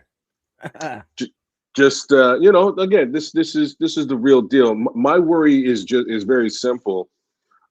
Because of where they wound up in the NFL with regards to pressures and or sacks, it's very low. Like we're like bottom 25 in 2026. I mean, the case one would expect that we would do things to improve that. And I haven't the verdict is still out as to whether there's going to be any actual improvement there. So we need to see that on the field. There's no obvious answer here other than, again, scheme and coaching, which Ben has harped. And all I can do is believe it. Again, I got to see it on the field. I'm telling you guys, man, just trust these people, man. Ben Johnson has proven himself. Ben Johnson's proven himself to me. Dennis Allen, by way of what I've seen on tape with him over the years in New Orleans, has proven himself to me. In Chicago, given his first year and first go around with the roster that he had inherited, I think he can get way better than what it's looked like in the first year. And so, however that formula plays out, it might not be palatable to everybody else that's watching right now. And I'm trying to say to you all, just cool out, wait and let these guys finish up this roster. If they go into the season with the guys that they have on the team right now, that's telling me they're seeing some stuff that ain't necessarily being seen to us. And so you just gotta, if you love your team, you have to have faith in what they do and how they do it and who they're doing it with. And because you don't get the name that you're looking for to satisfy, don't worry about it. Don't worry about it. Tony, it'll be all right, man. But they're gonna do what they feel like they need to do. If they feel like they need something to put them over the top, at some point they'll shift into that gear. But right now they don't feel the need to do it. That's where they are right now. Again, Myles Garrett is a whole other conversation, but we missed on that one. But we need to move on from football right now because we got some other stuff to talk about. And that is I'm ready to have a drink after talking about Myles Garrett because I am upset about that guy not being in Chicago. I really am. Because I was really hoping for it. But let's get to some drinky drinks, man. What do you guys think about this one? What is that? A passion fruit margarita. Ingredients: jalapeno, a little pepper there, orange slice, lime juice, passion fruit juice, agave nectar, lime salt, tequila. Yeah, it looks like a little fruity fruit drink. I've never had jalapeno in a drink before. Ain't nothing wrong with trying something once. A little fruity fruit drink with a little kick. Hey man, this is the time for fruity drinks, bro. Fruity mom, no. Fruity motherfucker. No, this is a fucking shaking that ass. Passion fruit. If you never had a drink with passion fruit in it, I can understand why somebody would be like, oh, okay, what's this? No, passion fruit's dope. I don't give a damn. On another level, dope. I don't care what you're about. Passion fruits is one of it's especially in a drink. Great flavor profile. That's exactly where I'm at, Paul. Nomad Island Cocktail Bar. That's exactly where my spirit is at right now. And you spike this thing with a little bit of extra tequila, and you go with that passion fruit. Really, you don't need nothing else. All this other stuff is just extra, to be honest with you. But when you're out and you're having a good time and you're out there just on cruise control in that space, dude, this kind of stuff right here is this is summer, springtime kind of stuff. What? You know what I'm laughing at, man. Scrolls is hilarious. I'm not gonna say nothing, man. Scrolls, you too much, bro. Damn. Yeah, no, this is a nice drink. It makes me want to go downstairs and actually hit the hotel bar before I go to Betty by Bowls, you know, but it is what it is. What problem you got with this other than the tequila here, Trips? Oh, no, the tequila's fine. I was like, you don't do tequila either? Yeah, I do. Yeah, the jalapeno. Yeah, but the brown. Yeah, okay. Yeah, the jalapeno. Man. Oh, but other than that, it's like, yeah, you know, but I don't know. Just these are, you know, social, you know, gathering drinks. Is like, nah.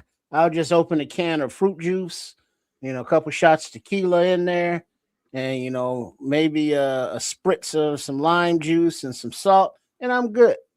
You know, but these summary is like, oh, public gatherings and events and shit, and I don't like those. And hey, Trips, I used to be exactly like that until I started moving around, and you know, life comes with life experiences, man. You want to try? Let's see what this. I ain't really with that too much fruity tasting drink, but you know, when it's like the first time I had passion fruit in a drink, it was in a puree. It was passion fruit puree.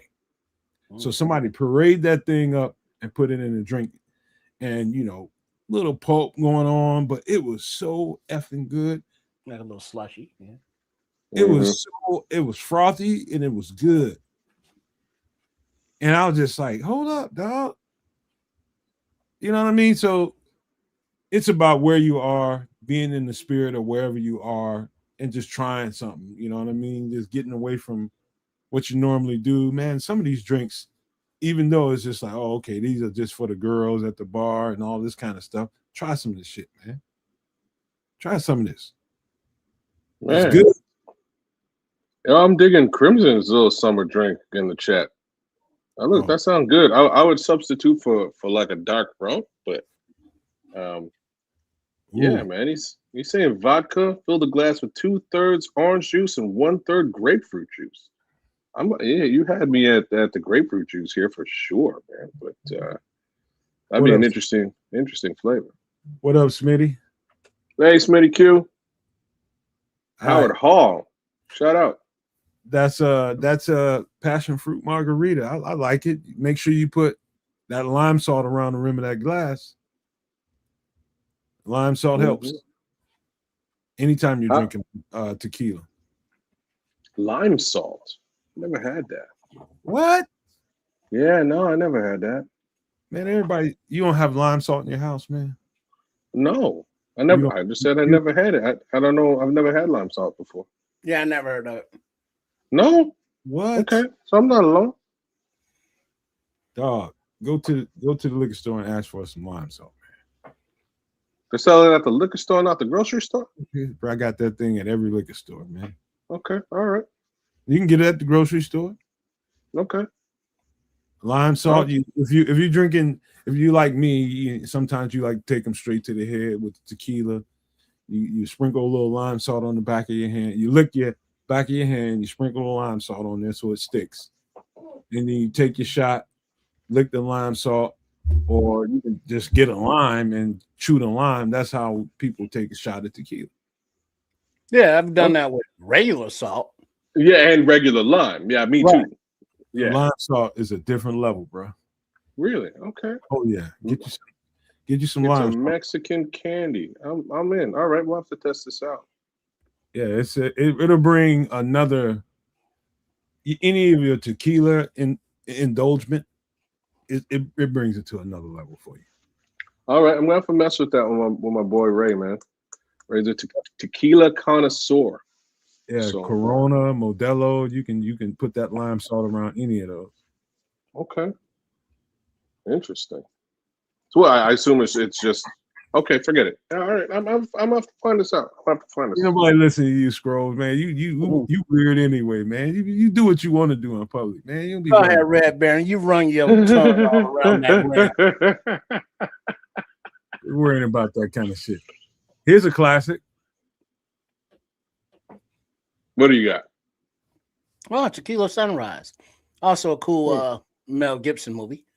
Ingredients: orange juice, maraschino cherries, orange slice, grenadine syrup, ice, and blanco tequila. Yeah, I love these things. Delicious. Yeah. Mm-hmm. Yeah, it's got a bunch. Yeah, it's got a bunch of stuff I'm not super. It's just basically, to me, I've always looked at this as a tequila ice. What do you call it? Iced tea. One of them. This is. Like a Long Island iced tea, but with tequila. Yeah. I mean, it doesn't have as many liquors in it. No, it's real sweet, but it's got a little bite to it. And by the time you drink like one and a half, it ain't nothing but fruit juice. I've actually had this during the sunrise. During the sunrise, after a tumble in the bed, got up on the beach. Somebody made us a couple of these. Empty stomach, hit right back like I was before we tumbled in the bed. And so just imagine you in the bed doing your thing, you sweating. You really need something to eat and you really need something to drink, like some water or something electrolyte related. I had one of these right afterwards on the beach. as the sun was coming up in the grill in Jamaica, and it hit me like a ton of bricks in a good way. We were right back in the room doing the same thing all over again, and then we got breakfast. So I have a good time with these kind of things. Like tequila sunrise is such a great memory that, oh my God. It's not like you have these all the time, but man, they are good for the moments. I'm with you. I'm not a fan of cherries and maraschino cherries. I'm not a fan of grenadine syrup either. Just so sweet. I like you haven't cut it properly, kids. You can't. It's because I didn't. You can't let the grenadine be the dominant part of the drink. It's supposed to only be a small feature. Yeah, I don't know. I personally, I like things much. I like sour stuff, man. I lean towards sour more than sweet at any given occasion. But yeah. All right. Any last thoughts on tequila sunrise? No, sir. You got me. All right. Good drink though. Time for some grub. What are we eating? Kids, I think some of this might be right up your goddamn alley. What do we got going on here? Looks like a cheeseburger soup. Ingredients of onion, chopped celery, diced carrots, potatoes, basil, butter, garlic, chicken broth, milk, flour, cheddar, and ground beef.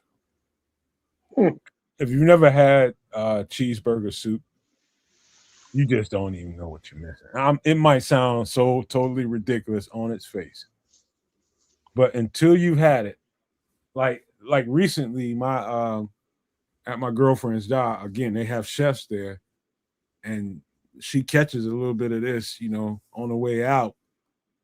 They do it okay. But until you do this yourself, the only thing I didn't put in this is you got to have some crushed bacon of any kind, whatever kind of bacon you like, beef bacon, pork bacon, turkey bacon, put some bacon in here. But this is like top 3 soups of all time right here. Top 3. Until you've had it, you just don't even know.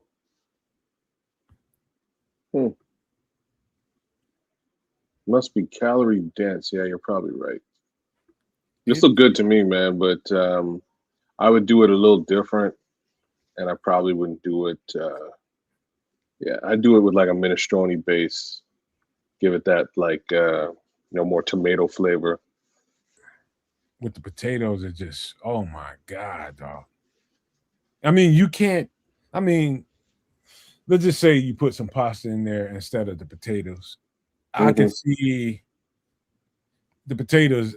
I'm telling you, it takes it there for you with the bacon and cheese in there. It's like you eating a cheeseburger baked potato with fries. Oh, with baked potato. Okay, I see what you mean. It's one of the top 3 soups I've ever tasted in my life. Really? And I love soup. I absolutely love it. You can make this as dense as you want to make it. The gravy that puts the soup together, you depending on how you go about that with the flour and all of that, and also the cheddar is a binder too. So as you go about making something like this, remember that, as you're, bringing it together with your flour, remember you're going to put some cheese on top of it. And unless you want it super dense, be easy with the flour. Best thing I can tell you. But this is absolutely top 3 soups I've ever eaten in my life, and I'll fight anybody about it. Wow. Okay. You got to have this. You got to get this. Matter of fact, kids, best thing I can tell you, look around the city. Look around your jurisdiction that you might be in right now and see. No, I you know me, man. I would actually make this at home. I would make this at home and give it a shot. I'm a soup idiot. I love soup. So I would give this a shot one of these days for sure. Except like, damn, the milk and the flour, I'd probably find a way to cut out. Is it important? Yeah. When you're bringing that roux Wait together. to make your roux. Yeah. Damn. You need a little bit of milk, a little bit of chicken broth here. Okay. Well, the chicken broth's fine. It's just the milk and the flour I'd like to stay away from. Well, try whole wheat flour and almond milk. Okay. It's like the chicken broth is gonna go in there a little bit earlier as you're getting the meat and the onions and carrots and all that going on. That's gonna, as you're seasoning all of that up, that's when you put the little, after you kind of caramelize your onions and all that kind of stuff, that's when you go in with the little chicken broth and give that a little bit of, stir around. And as that start to cook in the broth, as you're starting to bring that, when you're ready to bring that roux together, that's when you use whatever binder you got with the flour. Just be light with it. Start bringing it together. Get all the clumps and lumps out of there. Make sure it's nice and smooth. Bring it where it needs to go to. Continue to season. And you throw the potatoes in there with the meat. And then, that's when you're starting to bring it together now. Starting to bring it together. And at the very end, after you've gotten the roux where it needs to be, everything feels and taste it as you go. That's when you put the cheese on top of that thing and start bringing it together. Bring that into the roux. And at the very end, that's when you throw the basil or whatever you want, green you want to throw in there, and then crumble that bacon over the top of that. No, that's not butter, Red Baron. That's cheese. Yeah, the butter goes in there around the time you put chicken broth in there. Yeah, the butter's already cooked in. And this is a dish that I've made before and would definitely eat again. Love cheeseburgers, and it's just a different way to enjoy a lot of the same foods.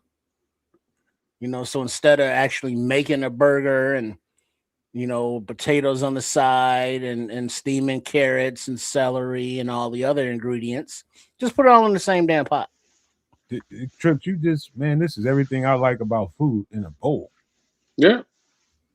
It really, like, I try to stay away from flour and milk, but as far as everything else is concerned, that's basically what I'm trying to put in my damn soup, period.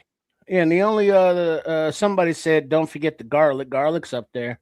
And ginger. Ginger might be a little overpowering for this. I wouldn't put ginger in this particular soup, but I think he's commenting on JCN's comment saying the holy trinity of like soup is onion, celery, and carrots. And I wish I could argue with that. I would consider it a holy quadrinity. I don't know if that exists, but I think it sounds pretty decent.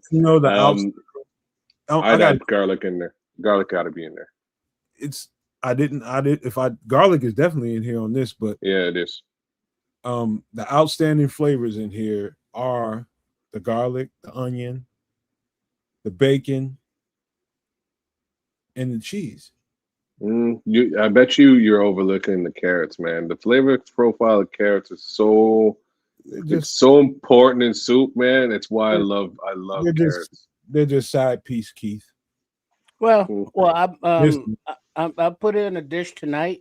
Speaking of the vegetables, crank out the Instapot, diced celery, carrots, onion, then minced garlic, and then salt, pepper, little onion powder, little garlic powder, because those are different flavors, but still throw those in there. Saute those a little bit. Then what up, Shorty? And no, this is Nomads.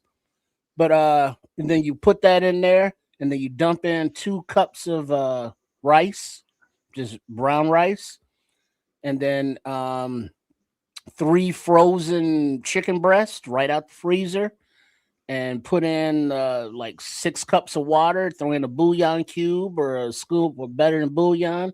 25 minutes later, you open that up, you shred out the chicken breast. You got a beautiful rice, chicken and rice vegetable soup. Easy, delicious, and it's healthy.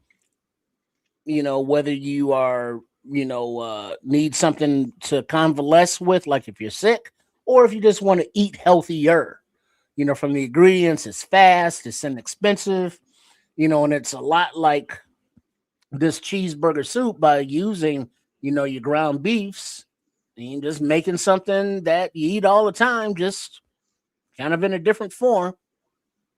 You know what, kids? If you go this route, if you want to make this, what makes it could be a little troubling is the volume that you make it in. So if you want to make this, make it in a small portion, so you don't have to go in with the stuff you're worrying about.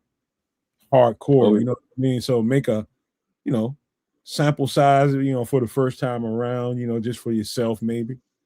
And you don't. I'm smiling because I don't think I've ever made soup just for me. You know what I mean? I know it's hard, man. I know it's hard, but to get the smaller pot out and just take the same steps.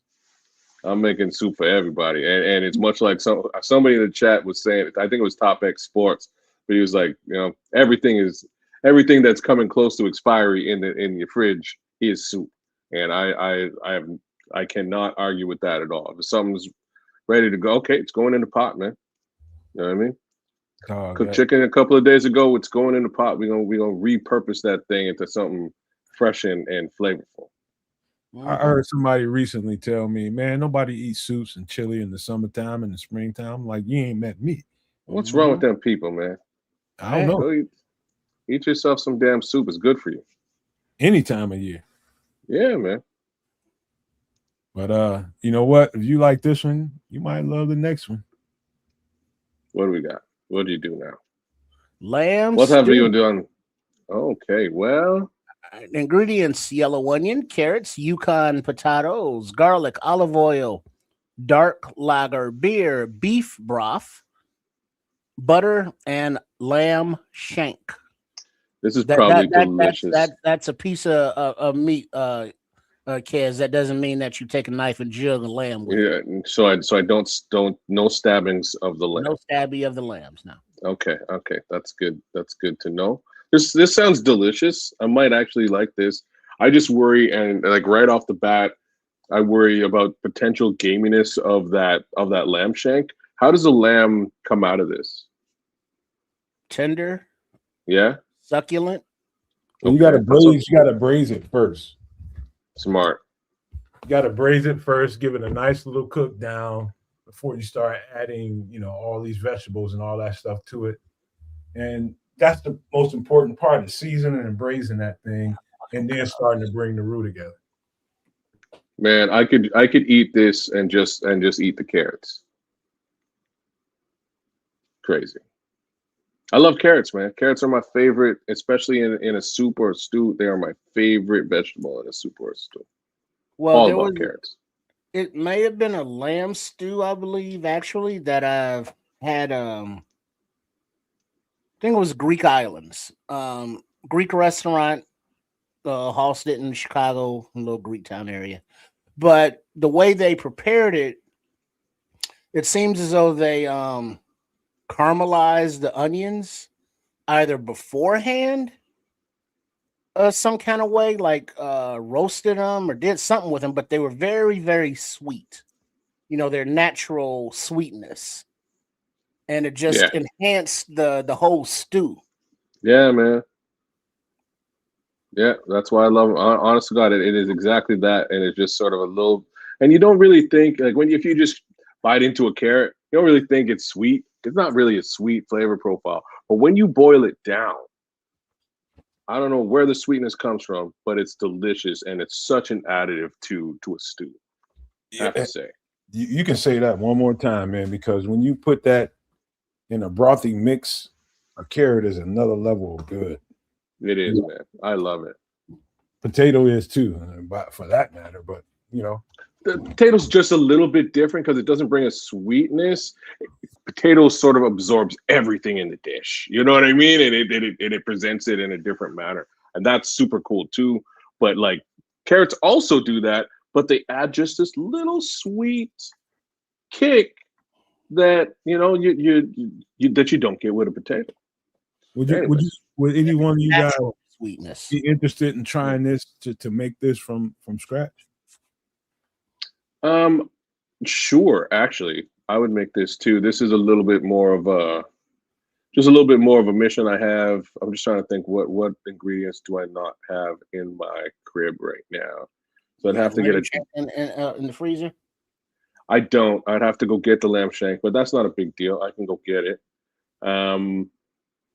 And the only thing I'd really need is the beer, dark lager specifically. There's beer in my fridge, but that would you know what, man? I don't know if you guys have ever experienced a stew with a lager in it, but if you haven't, I'm not sure if I have. It's depending on how they season that meat and how they season that broth, it can be a standout in the taste. It can be. I've had a broth.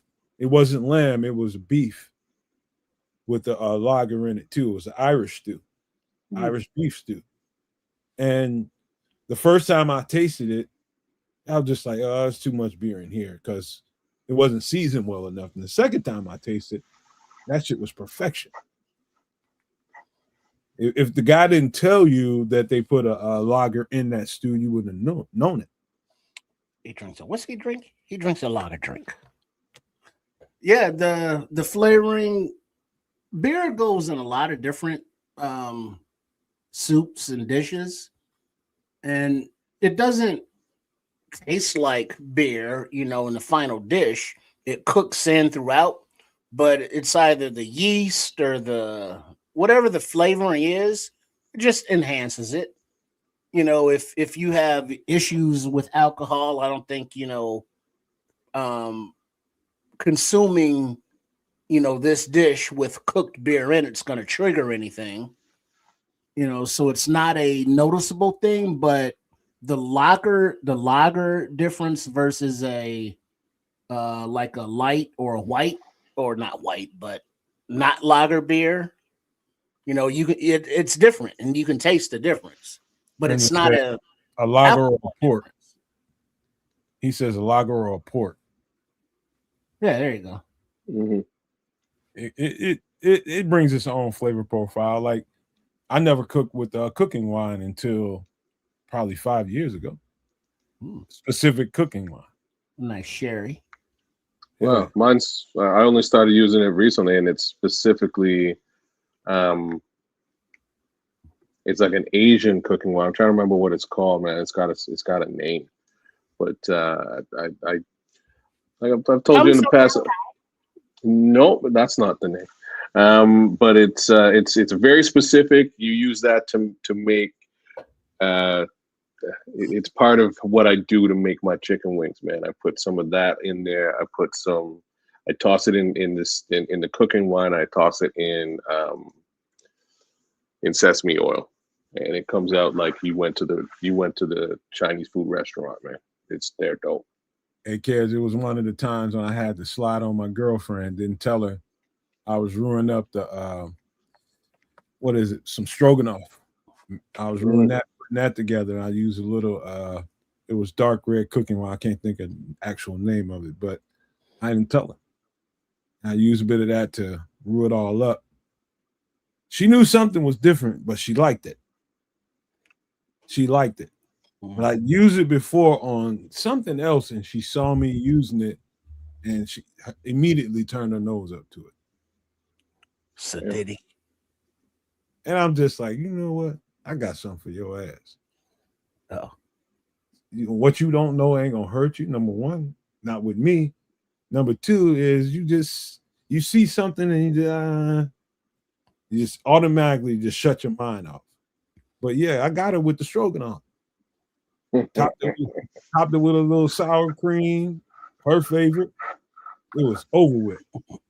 And yeah, you got to Nomad, because you got to expand her horizons. Man, dude, she is so stuck in her ways, man. Holy crap! But one way to do everything. Lamb stew, lamb is also kind of hard to get at times, or expensive. So guess what, people? You can substitute the lamb shank for some regular old beef stew meat. Yes, you can. Yeah. Good old cubes. Shank. You know the difference between a shank and a leg? No. A little bit higher up on that sweet ass. Damn. Tenderness might have something to do with it. Toughness might have something to do with it. But I'll let you guys figure that out. Well, I always thought it was more like the difference between, let's say, the gluteus minimus and the gluteus maximus. What's a pork shank? The outer cheek of a pig's ass. What's it's the same thing. It's basically just whatever animal. Yeah, it's same reason. Same reason. One of them's tougher than the other. Takes a little longer to cook. Mm-hmm. You know, but it's just let's say the supply lines and the food of food are different than they were not long ago. So the availability of certain foods at certain price points, you know, are different. So, you know, for people that are like, oh shit, that looks good, but damn, that lamb. Find you some beef, girlfriend, and you go ahead and you dress it up and jazz it up. You won't know the difference. But if you do have access to lamb, you know, it's so tender and it has its own distinct thing. But I think the flavorings of everything coming together, you know, like Kez was talking about the sweetness of the carrots, then the cooking off of the lagerness it just works as a cohesive coming together of ingredients. It's filling. It'll stick to you. We're sorry, Juju. Don't sleep on the Yukon potato, the Yukon Gold in particular, as the specific thing to go in a stew. You got your russets, you got your red potatoes, but the Yukon Gold in a stew just tenderizes better for me quickly and just has a better taste to me. That's just to me and my taste buds, but you know, for you, I don't know, but that's what I prefer in a stew. Mm-hmm. So, all right, man, we got one more thing to do before we get into some record breakdowns, man. I just want. Well, you don't know, Hobbs, if you ain't never had lamb, you don't know how lamb tastes. Oh yeah, you got to try it once, man. Just get it cooked right. The best thing I can tell you. But one thing we got to do, if you don't know the difference.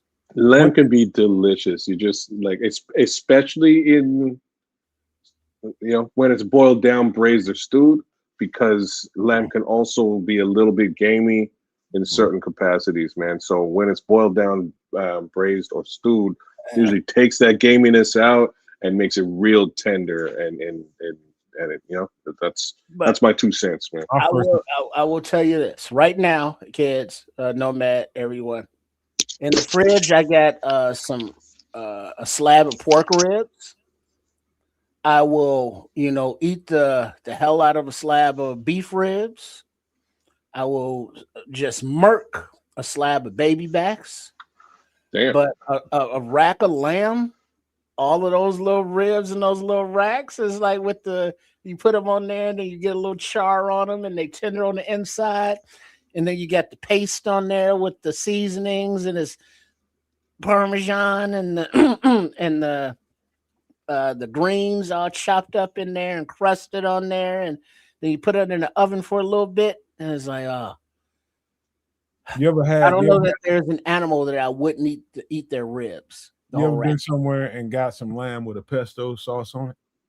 That's what, the pesto. That's what I'm talking about. It's the chopped up herbs with a little bit of pecca romano and something else in there. But then you put that on there, and then you put in the skillet with some hot butter, and then you fry it on there, and then you put it in the oven, and then it crisps over. And then that pesto it has that crunchiness to it, and that's what enhances the flavor.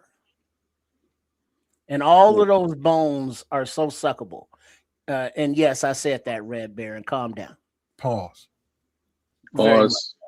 But I mean, you can't eat a rack of ribs and not suck those bones. Yeah. Pause. I ain't sucking no bones. I'll get the meat off of them. Pause. Wow. But a bunch of bone suckers on this podcast tonight. On that note, get ready for this. But yeah.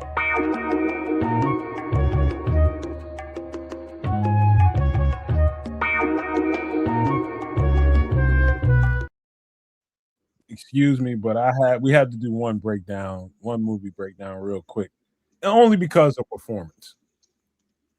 I had another one that I wanted to do, but because we want to get to some of these records that we want to talk about, I'm gonna stick with this one. We'll do the other one. And you talking about one of the better performances you will ever see in your life. Like some of the cut-ups of the preparation with actual Ray Charles, Jamie Foxx playing this role, is out there in social media. You can go on YouTube and see Jamie Foxx preparing and practicing with Ray Charles, getting him where he needed to be to perform this role. One of the better performances you will ever see in your entire life. If you live another 5 more lifetimes, you will never see very much better than this. I hope you guys saw this movie. Because if you know what? I didn't see this. I didn't see this movie. Wow. I feel terrible about it.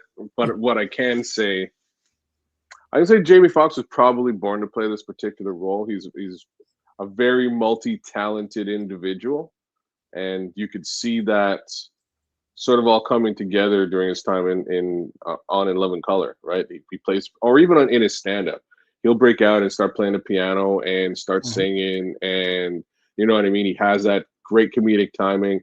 All of those things really make for a very specific character profile that he was able to adjust into for Ray.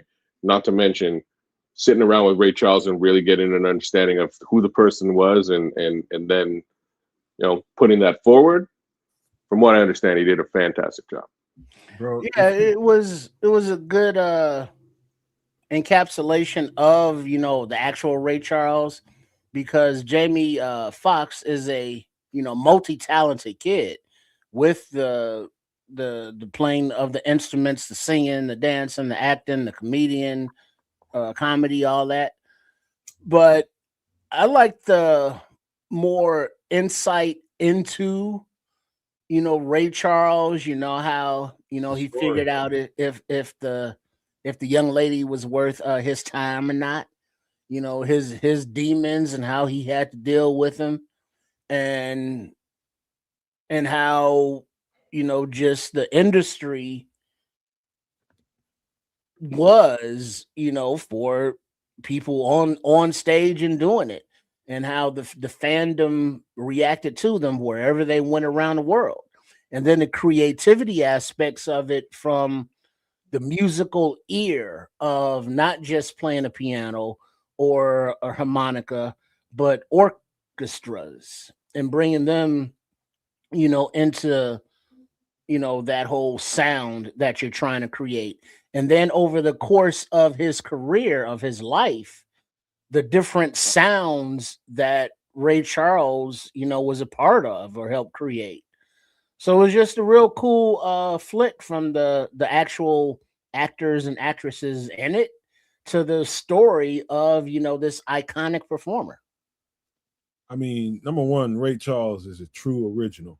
You're talking about somebody that, you got artists of all ilks, all different genres, all over the place.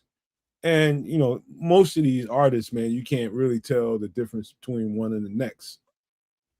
But Ray Charles when you hear Ray Charles. He's one of a kind. And there's nothing else to be said about that as far as he goes. His struggles, the story was more powerful. I ain't going to say more powerful than Jamie's acting, but the story does wrap you into it along with Jamie's acting, because it's so powerful. The combination of the story and his ability to present on screen is second to nothing I've ever seen in my life. There might be one more movie that we could be talking about tonight, but we ain't gonna have time to do it. But I mean, you're talking about extraordinary performances. Extraordinary performances doesn't even explain what I saw on screen with Jamie Foxx in this guy's role. When Ray Charles is absolutely smitten with you and what he thinks you can bring to the screen, Man, you should see some of the cut-ups they got on YouTube with Jamie Foxx and Ray Charles. You should really see it. You can literally see that man, even though he can't see Jamie Foxx, he was absolutely smitten with what Jamie can do playing him. And when you're talking about you're the originator, you're the person being, broken down in this film, and you need somebody to reenact who you are. How much better? I mean, I'm telling you, this was how they didn't give a Oscar to this cat for this tells me a lot about the Academy. Tells me a lot. You can't get a better performance than this. Maybe one other movie that I can think of off the top of my head. But this shit was crazy good. Are you sure he didn't get an Oscar for this? If he did, I don't know about it. I think he was at least nominated. I think he might have won an Oscar for this. Maybe I'm wrong, but nominated and getting it is two different things. Two different things completely. But at the same time, I will be honest. I really haven't watched much of the Oscars since God knows what. It's been like that ain't good. You think Walter Goggins is a good character actor? You ain't seen shit. Well, he is. Jamie Foxx is outstanding. I'm not taking anything away from Jamie. All I'm gonna say is, again, this role he might have been born for. Walton Goggins will slip into anything, man. And I'm just saying, it's different. If you've never seen the reruns of In Living Color, that's what that show was all about. Even though it was sketch comedy, it's still character role playing. The entire script. And so slipping into this character, slipping into that character is what Jamie Foxx does. That's a fair inference, man. Definitely fair.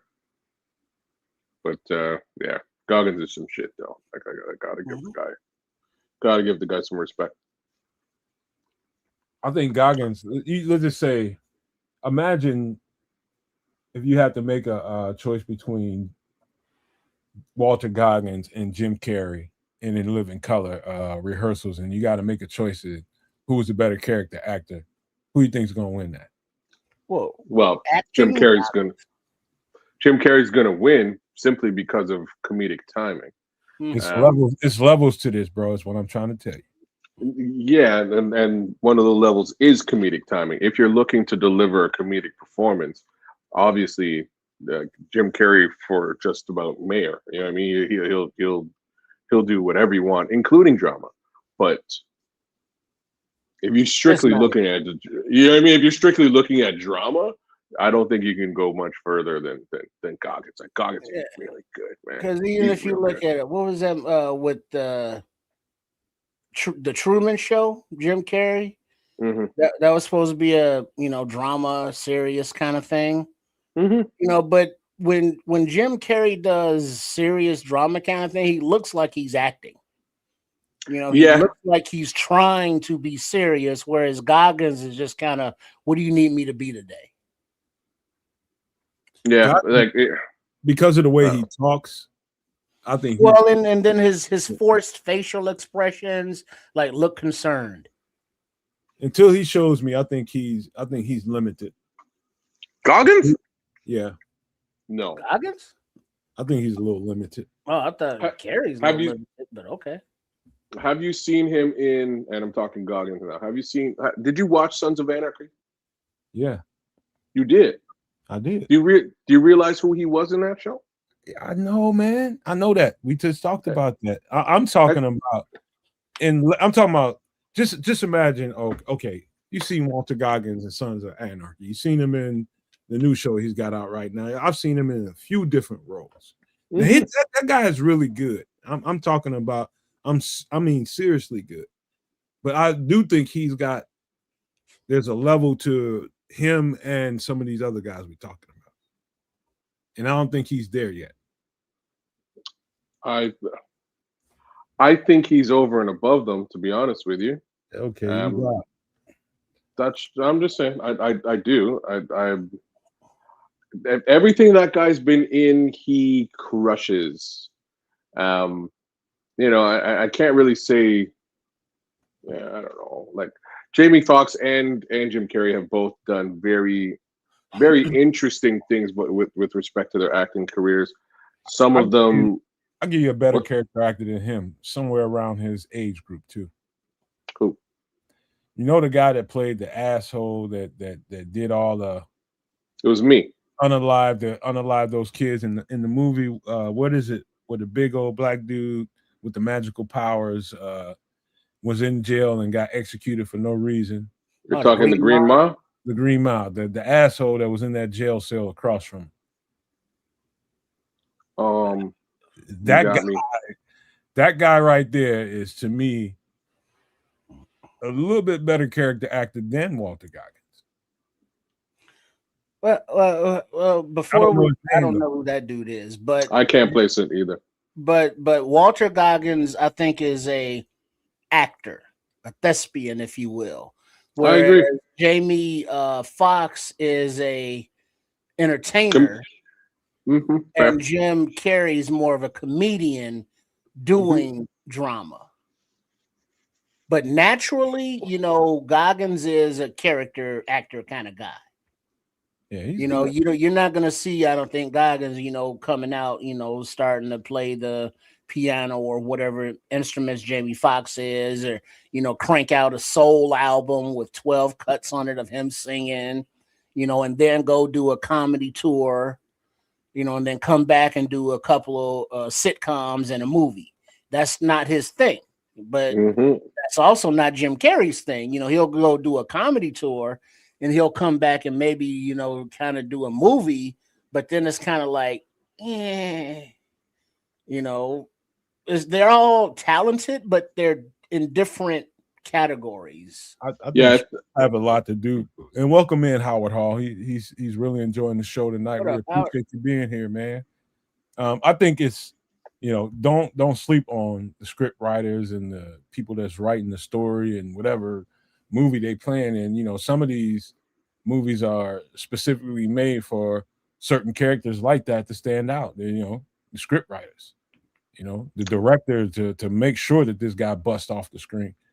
Yeah, I don't know. Now I gotta zero in on Jim, right? Because Jim is a great example of some of what you're describing, because he's done, obviously, over the top comedy. He's done, middle of the road drama with a comedic spin. He's done dark comedy, and then he's done drama. Like, he's kind of done, all of these angles of just acting in general. And it's interesting to see how he did it and how those different roles landed with the people. Like his role as Andy Kaufman almost made him lose his mind, right? Like, and that's how committed he was to that role. At the same time, not sure if it really landed with the audience at all. His role in, there you go, like his role in Cable Guy. Cable Guy. Yeah, I don't know if I like out of as big as I'm a relatively, at least at one time I was a pretty big Jim Carrey fan because of In Living Color. But Cable Guy was the one movie where he was like, all right, so I'm gonna just be like straight this entire movie and let the writing of this film sort of speak to the character. And that was sort of his first real foray into drama for me. Yeah, and but did he pull off Psychotic? Yes. Right, like, so he pulled off Psychotic, but it wasn't funny. And I wasn't sure how to take it because I was so used to him being funny. You know what I'm saying? So that was my, like, I was Cable Guy took me a couple of times to watch to really gain an understanding of what he was trying to do. And by maybe the third time watching it, I was like, okay, like, I get it. This movie's actually super funny, really. He's crazy, right? So like, it took me a little while to get into it. He played more of the straight guy, but 100% straight in this movie, and it was just different than him because he's so over the top most of the time. Right. And then you look at the other films, obviously the over the top movies that he's done are, they go without saying.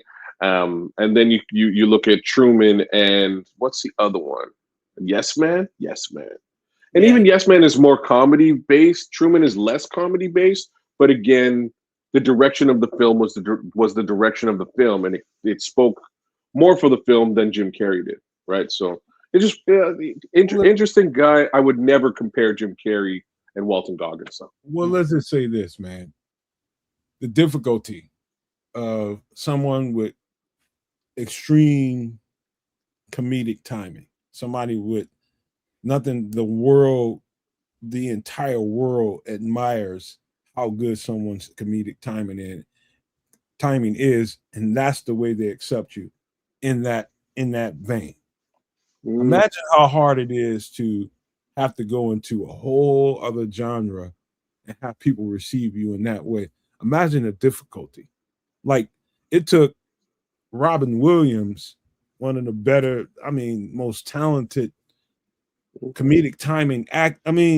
It takes some time for people to accept you outside of that vein.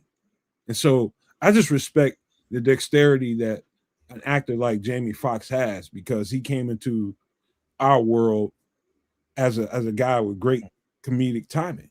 Well, you know who you're describing, Nomad? Who's that? Let's say he's a Bears fan, and he used to have a namesake on the team that played offensive line, Bill Murray. Bill Murray's SNL back in the day when he was still young, all of the movies that he's done, have you busting a gut rolling. But then, later in his career, he's gotten more into dramatic acting. Bill Murray can do no wrong, bro. Imagine how long it takes for a guy like that to break into more serious roles. Well, it took him 40, 50 years. I was going to say about 40. These guys are doing it fairly at a young age. Well, Jim had that gumption, right? Because he did things a little bit differently. Like Robin Williams, for instance, sort of had to work his way into it along the lines of what we're talking about with Bill Murray. Eventually, he got into that dramatic case scenario. Jim just made a ton of cash off of comedy and was tired of it. Right? He's like, I'm sick of acting like a fool all the time. I'm tired of being everybody's jackass. I want something. You know what I'm saying? Let me do something a little bit different, see if I can get paid doing that too. And that's why he sort of got into it relatively quickly. And I guess similar things could be said about Jamie Foxx, except Jamie, Jamie hasn't done that many true comedic movies. He's actually been more of a musician / stand-up comic, and then actor. Then actor than actually. I've heard comedy. I've heard more than one person, and I mean, when I say more than one, I'm talking about 10, 12 people over a span of time. People ask him the question, who's the most talented person in Hollywood? And I've heard his name at least 10 or 12 times. Jamie Foxx? Jamie fucking Foxx. Yeah, no, he's a triple threat, or however many threat that they call him. Yeah, no, I like when I kind of questioned that, I thought about it in the moment, and he can, because he can do it all, right? A lot of folks can really only do the one thing, and that's what they're good at, and that's what they're going to stick to. Jamie can kind of do all of the things, and I bet you he could, he could probably, he's probably good at basketball too. You know what I mean? just to throw that out there as well. He can do all the things. And Hobbs here, he's always like Steve Carell. Yeah, that's another guy. Came in mostly comedy, but he has dramatic chops. You ever notice? And you guys ever notice that I've heard this being said a long time ago, and you have to challenge it depending on who you're looking at. But they say that the funniest comedians look funny. They're funny looking. Mm. And some of them are funny looking. He has a long ass nose, and they do really, really accentuate his nose. Who? Jamie? No, Steve Carell. Oh, they do that with Steve Carell. The person that comes to mind when you make that particular comment is Gilbert Gottfried. Gilbert Gottfried looks like he sounds. Rest in peace, Gilbert. How are you doing? I love that guy, man. His voice is ridiculous, but his sense of humor is also if y'all ever get the chance, check out the roast of oh man, I had her name in my head, now I'm blanking out.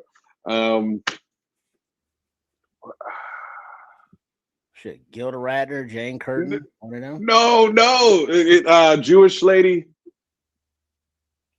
Jewish lady. Comedian, actress, Talking singer. about the lady with blonde hair, kind of chunky. Not chunky, skinny as all heck. She does Fashion Police. Fashion. Like Joan Rivers? Joan Rivers, brother. The roast of Joan Rivers. Holy cow. Gilbert Gottfried goes off the chain with it. And if you haven't seen it, you kind of need to see what he says in this.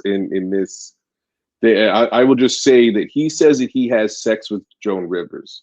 And it is probably one of the funniest descriptions I've ever heard in my entire life. It's top 5. Because he talks like this. That helps. And there's nothing romantic about how he sounds. One of the funniest MFs you'll ever see on screen is goddamn Martin Short. He's goofy. I don't like him. I'm Canadian. I'm supposed to like him. I love the bromance between him and Steve Martin. Man, that worries me. I'm not sure if I find him funny either. I'm serious. I'm serious.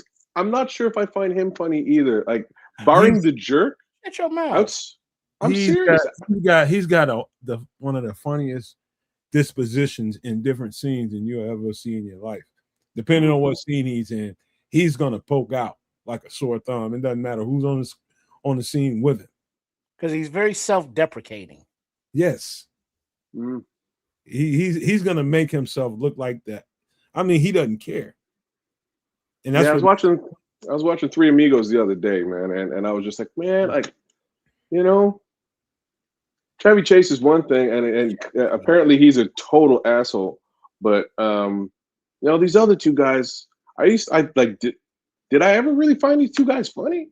And facts of the matter is, Martin Short, and again, I'm Canadian. Martin Short gets mad billing up here, y'all. I'm just saying. Just now, I never knew he was Canadian, bro. You didn't know? Never. I didn't care. Didn't he come from Kids in the Hall? Okay. No, he came from Second City. Second City, okay. Which is before Kids. It's before Kids in the Hall. So there's a lot of Second City comedians wind up on Saturday Night Live and stuff. Yeah. Well, Lauren Michaels connection. He was on Second City.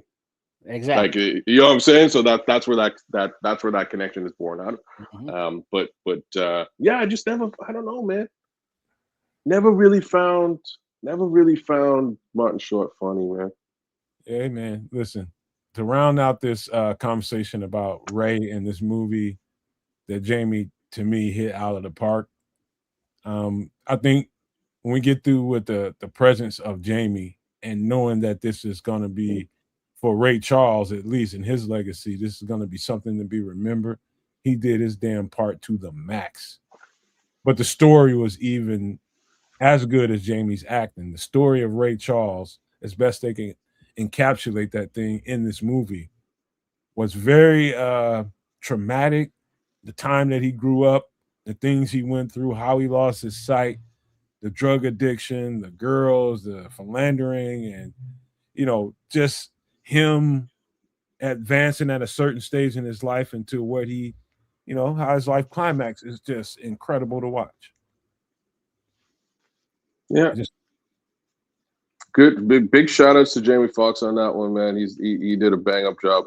I'm going to have to spend some time and peep this for real one of these days, because I do yourself a favor, bro. I will. I'm very familiar with the talent that is Jamie Foxx.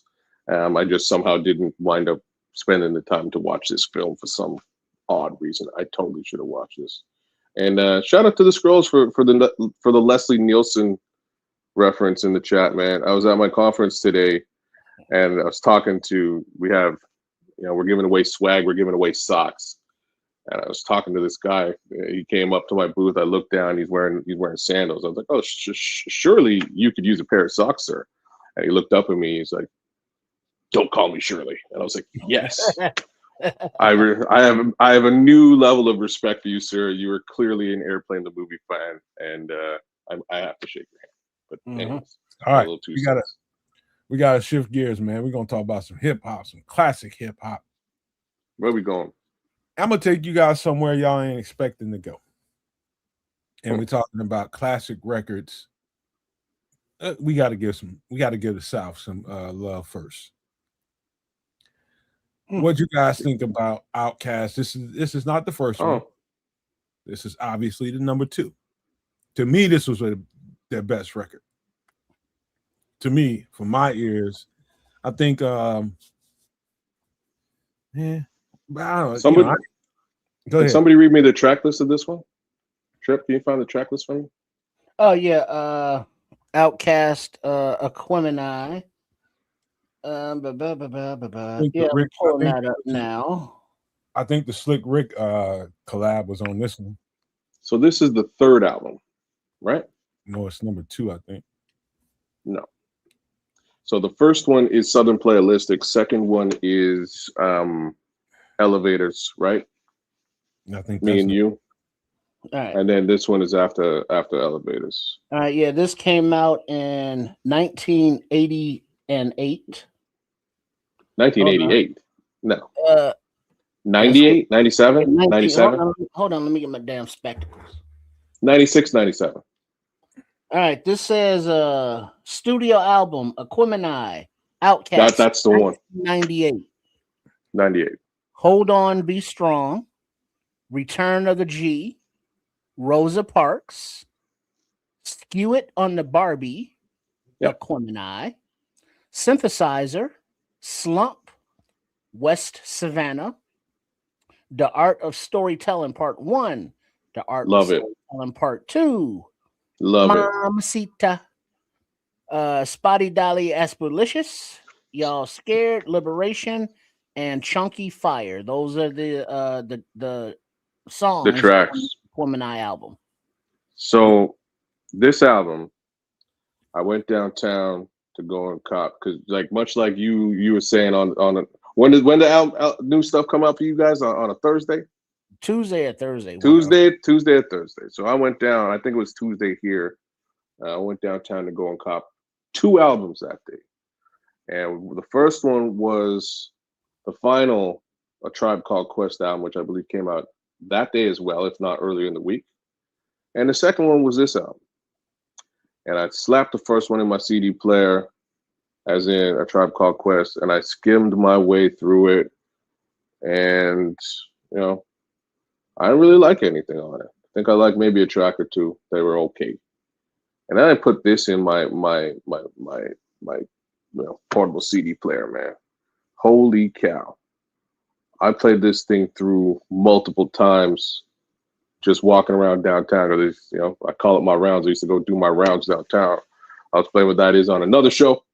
But yeah, man, I used to go do my thing, and damn, I could not take this thing out the CD player, and it lived in that CD player for weeks. This album, in my opinion, one of the greatest hip hop albums of all time. That's my 2 cents on this. Spodiote is one of the dopest tracks of all time. The flow and progression of this album from front to back really shows you the dynamic between the pimp and the poet, as in, Dre and Big Boy. It really shows you the dynamic between the two. And this is at the height of the transition of the poet, right? The poet didn't really, at the first album, the poet didn't exist. Second album, the poet started. But this is the album where the poet really starts to shine. And this might, again, my opinion, should be in everybody's top 10 hip hop albums of all time, if not top 5. Damn, James, that's it, Scrolls. Yeah, man. Yo, one of my favorite tracks of all times. Love that. Love this album. You know what sticks out to my ribs about this record? It's the live instrumentation on this record. And the idea that they can go somewhere that nobody else took music to in the rap genre. You know, nobody was doing what they were doing. And the closest thing you can get to something as funky as this record was some of the jazzy stuff that Tribe Called Quest was doing. Other than that, these guys stand out like a sore fucking fat red thumb. I mean, that particular track you're talking about, Scrolls, is so funky with the live instruments, the bass, the guitar, the horns. Like that, you know, everything is so synthesized in music nowadays, and it's one behind the other. But when you play live instrumentation and it's funky, this shit right here is spectacular. Kez is right, man. This is one of the better records of our lifetimes by two young cats out of Atlanta with a hell of a production team called I met one of them before. He passed away. Come on, help me out. The Dungeon Family. Dope, man. Dope. This one, that damn James, that one, and Art of Storytelling with Slick Rick. Two of the greater tracks on this one to me. You know, something to be said about that particular artist you just mentioned. He's never made a bad album. My bad. Never made a bad album, Slick Rick. So feel free to grab access to any of his discography, and you'll see what I mean, including the new one that was recently launched. But damn, this album, man, from the beginning to the bitter end, one of my favorite plays through of all time. I'm stuck on that damn. That you should be. It's hypnotic. You should be. And like when I say plays through though, it couldn't be placed at a better time during the playthrough. Right? It's like whoever's setting up the track list was like, yo, I can't put this at the top. Can't put it at the end. It's got to sit kind of like midway through, but a little bit towards the end. It has to be the crescendo of this LP. And he placed that. Whoever did it, he put it in the perfect spot, and it leads so well into this into that track. But most of the tracks on that album are masterpieces, man. They're so well done. Dog, like Atlanta, literally.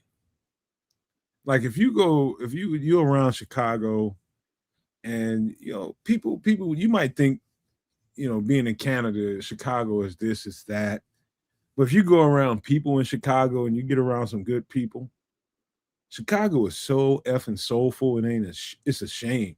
Like somebody invites you to their cookout, their barbecue or something like that. And you probably be expecting, hey, they're going to be playing a whole bunch of Kanye West and Twister and type shit. Nah, you probably won't ever hear that. You're going to hear a bunch of soul. Because that's what Chicago is. Like Atlanta was the closest thing I ever seen to what Chicago is personally. You know, I'm talking about with personal people that have been, you know, living in this particular area. It's very soulful down there. Atlanta is very, very soulful. So is Chicago.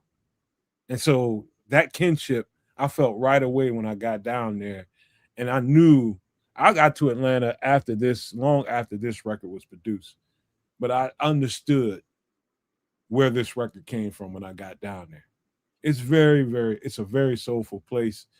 And this record is extremely soulful. It's got its silly moments and, you know, crazy moments, but this is a very soulful record from two rappers that weren't necessarily rapping on all these tracks. They're rapping on most of this stuff, if not everything. I'm trying to think if there's anything on there that didn't rap on. Talking. Yeah. Okay. Like the damn James. Yeah, my Spody Ode Dopalicious Angel. I remember that damn thing like yesterday, and he just kind of talked his way through it. Yeah, okay.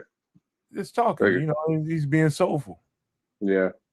No, this is in my opinion, this is truly a classic. This is really where this is strangely in my opinion, probably the true end of the reign of the East Coast. This is really where that ends. A Tribe Called Quest had basically, at least in my opinion, fallen off at that time. And the West Coast had a full foothold in what they were doing. And now the South is sort of laying some claim to what hip hop should be moving forward. So it was a real transitionary album, in my opinion, this particular album. But like I say, I love this thing from front to back. And I do also love most of all of their stuff. And it's kind of funny because, you know, that first album I was talking about, Southern Playalistic, it's a weird LP, man, but it's dope too. And there's a lot of instrumentation on that album as well, right? Feel free, you know, if you haven't had the chance to go back and really check it out, man. Really well put together. CeeLo and 3000 was the start to that album to me. Of this one, Aquemini? No, of the first one, Southern Playlist. Of the first one? Okay. You know, the little side story about Outkast, Dungeon Family, and how all this stuff was born out. And I agree with you. Wait a minute, where is it at? He said the 3000 verse on the song Aquemini is one of the coldest he's ever. You ain't lying about that. That's when I realized he was a real deal lyricist. Not too long after this, Benz and a Beamer came out on the New Jersey Drive soundtrack. That's when he became a beast. Those two records right there you talking about, Aquemini and Benz and a Beamer, cold. But and while you're bullshitting, while Andre 3000, you know, is a dope MC, his acting chops ain't half stepping. Not at all. You thinking about the movie he played in with Mark Wahlberg, ain't you? Mark Wahlberg. Which one was that? They were all foster brothers or something. I think it's called Brothers. I think the movie's called Brothers. It might be. Well, no. It wasn't that role particular. It was one where he was more vulnerable. You know, him trying to play the gangster role. Yeah, that really didn't fly.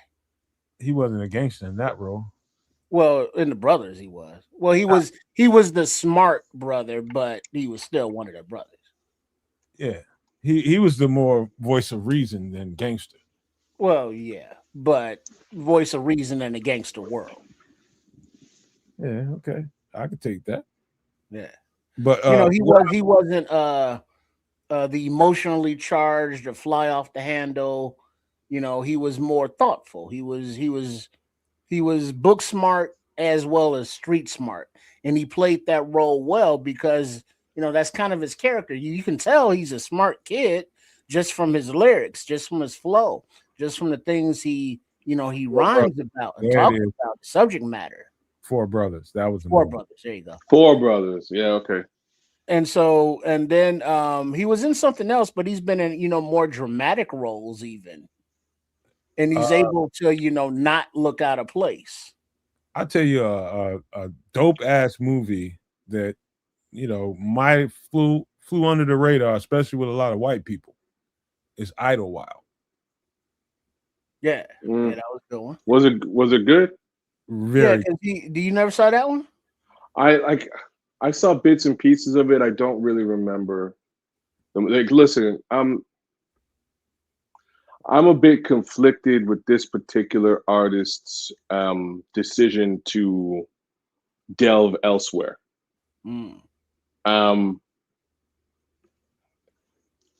He, in my opinion, easily top 5 rappers of all time.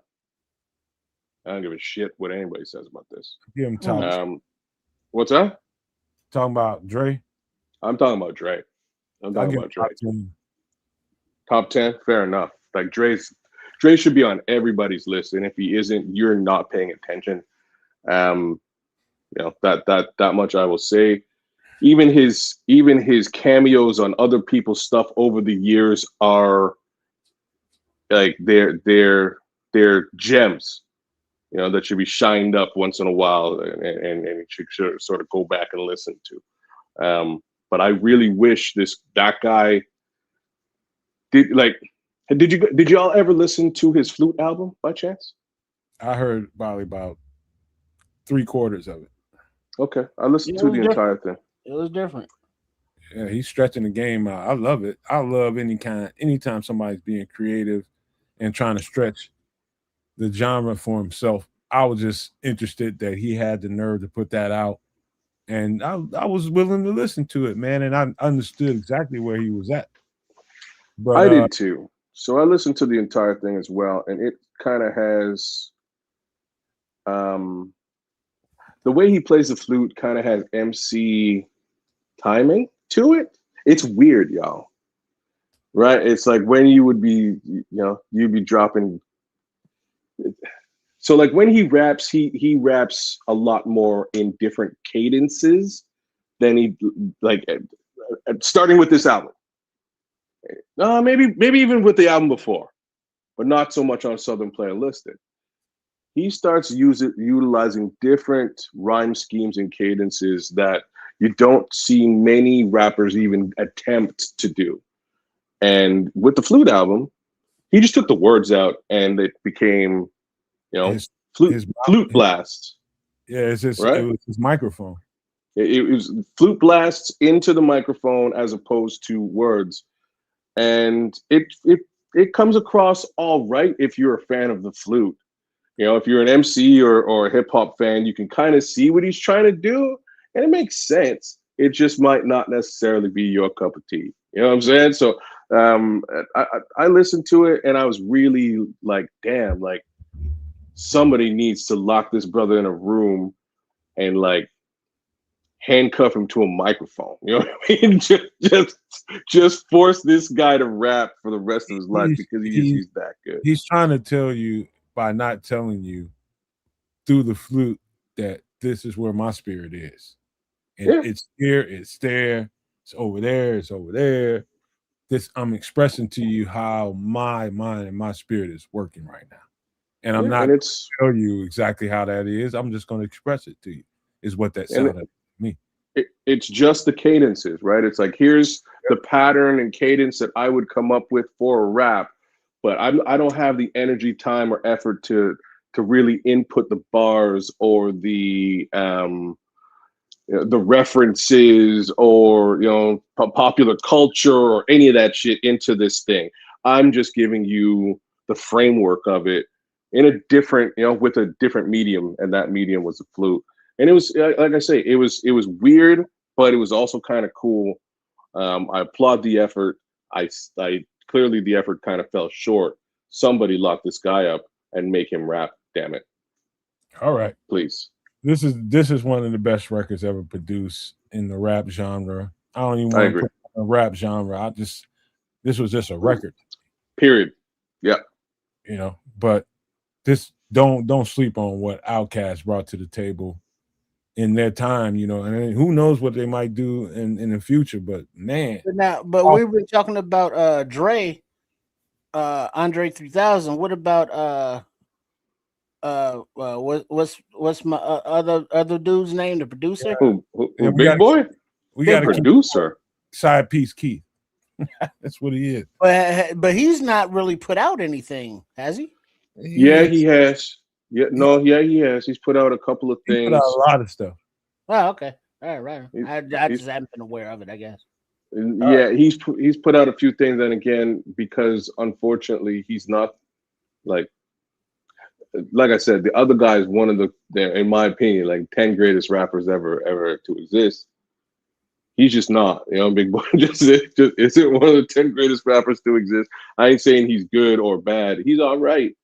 And that's the type of response he would get for the stuff that he's dropped after Outkast. The difference between those two creatively is like a rag and a much desired relic.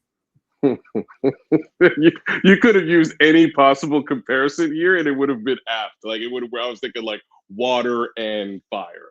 You know what I mean? Like just any general comparison of two things that are not related. Was I wrong?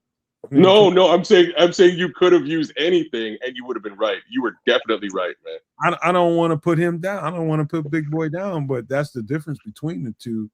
You know, it's a vast difference. It is huge difference, man. He's basically a one-trick pony, and Dre is like the constellation of the universe. Yeah.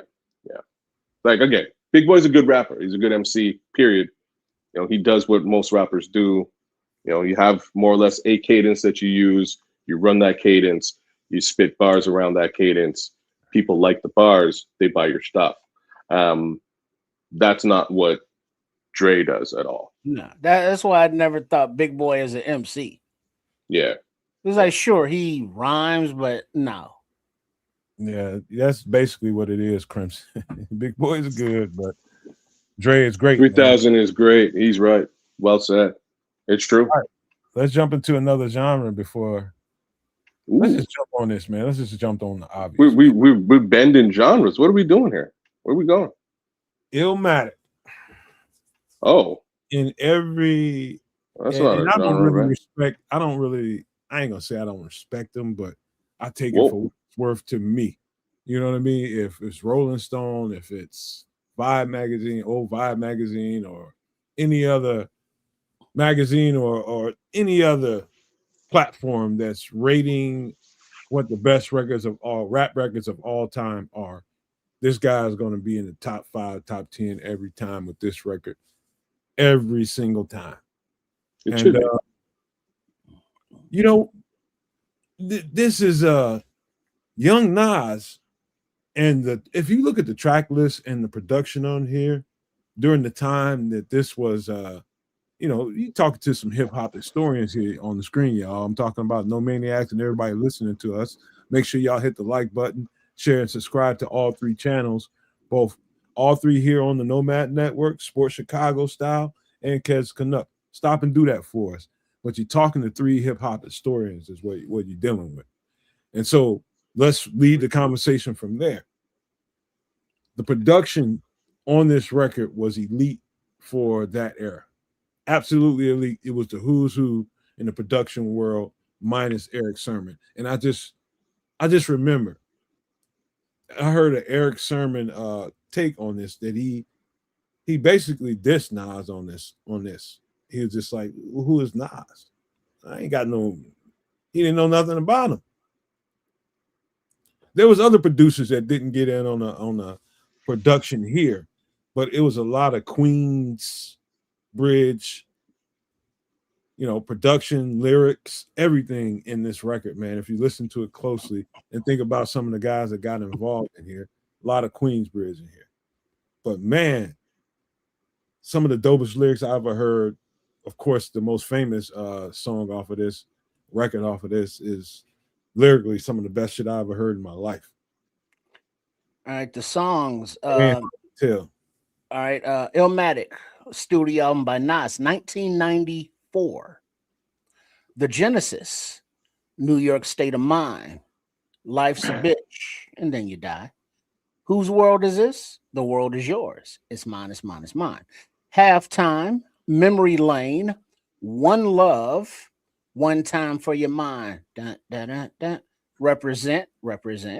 It Ain't Hard to Tell, the Laid Back remix. Go ahead. Yeah. So remember that thing I was saying about the previous album being one of the best albums of all time? This is also easily in that same category. This album is also a bit of a cheat code with respect to how it became one of the greatest albums of all time. So I'm going to give you like the negative. And it's really easy to understand. In the era that we're talking about in music in general, you know, everybody was dropping a double album, 21, 24 tracks on an album. It was wild and crazy. This album has 10 songs on it. And I think 2 of them are intros. Speaking of intros, that Genesis intro, I've been waiting my entire life for somebody to steal that beat and destroy it. I've been waiting my whole life. It's one of my favorite beats of all time, and it's the drum sample is kind of off. I think it's like, I don't know what it is, but love that beat. But yeah, 10 tracks on this album. You listen to you get in and out of this album in like 45 minutes easy, maybe even less than that. And from front to back, classic. What you find out about young Nas, I think Nas was about 17 years old when he did this. I think he was 16 when he did his previous couple of tracks. He's probably about 17 years old. What you find out about young Nas is that this is the type of kid who would be sitting on the subway in New York, just riding the subway for riding the subway's sake, with a pen and a piece of paper, and just jotting down everything he sees, taking in observation of the city, the way the city moves, the way people in the city move, act, and interact, and blending that into what eventually becomes the rhymes on this LP. He's a very observant individual, this guy, and in that you find, you know, the genius of Nas. Great observation on that alone. Yeah, it's great observation on that alone. Somebody told me that Nas is like a thespian. Yeah, he's. I wouldn't. I see what you're saying. Like he really gets into it, but it's more observation. He sees, he sees things and pulls it in and incorporates it into his rhymes. And some of his rhymes are so descriptive and crazy that you kind of go through this album, you're like, wow, like he really looked at the way that, he looked at the cycle of life from jail term, that he sees with friends within the area that he's grown up with, and how it affects them when they get out versus how they got there in the first place, and incorporated that into what he's the message he's trying to convey. And like I say, a brilliant, from a lyrical perspective, just absolutely a brilliant, compilation of thought. The production end, much like what you were saying, Nomad, the production end on this album, basically, they just put together a team of, like, I think it was like maybe 6 to 7 producers, something to that effect. It's a small contingent of producers, many of whom were from the Queens area, Extra P being one, Q-Tip being from Queens as well, and then Pete Rock, who's not from Queens, he's from Mount Vernon. Yeah, I'm trying to remember who else helped produce on this album. I think there's Large Professor. Yeah, I said Extra P. Yeah, I said Extra P. So Extra P is Large Professor, same guy. Yep. Did Havoc produce on this album? He produced on it. Okay. So there's some more Queens. I believe he did. This maybe not this one. I'm not sure. I'm not sure if he actually produced on this album. I don't think he produced on this album. I think. Hey, before you keep going, I have to say this before I forget about it. But you talking about how he observes and how his process goes. I remember the first time I let somebody hear a beat that I did, one of the first handful of beats that I did. I'm talking about outside the studio where the person that I made my first beat at. Mm-hmm. I remember after I got my own equipment and started making my own stuff and making a bunch of it, I let somebody listen to like a few of them. And when he was a rapper, I just pulled the dude off the street, and he was just like, man, what the fuck do you be thinking about, man? I was just like, I observe, I process, and I deliver. Much like you talking about here with Nas, it's in a lyrical way he does that. That's the same thing that happens with people that produce music. You observe, you process, and you deliver a certain something that you observe in your way. Well, his way is Nas has always been, since he's been on the scene, in his delivery for his rhymes, his movie roles, whenever he dabbles into that area. He's a very stoic kind of fella. Eclectic. He's not a laughing, cracking jokes. He's always serious. He's looking at the serious side of the life and the death that kids referred to. Rikers Island to the projects, to the subways. His reflection of society is dark. Because he's come from dark places, and it just kind of flows through his lyrics, his whole persona is just very like.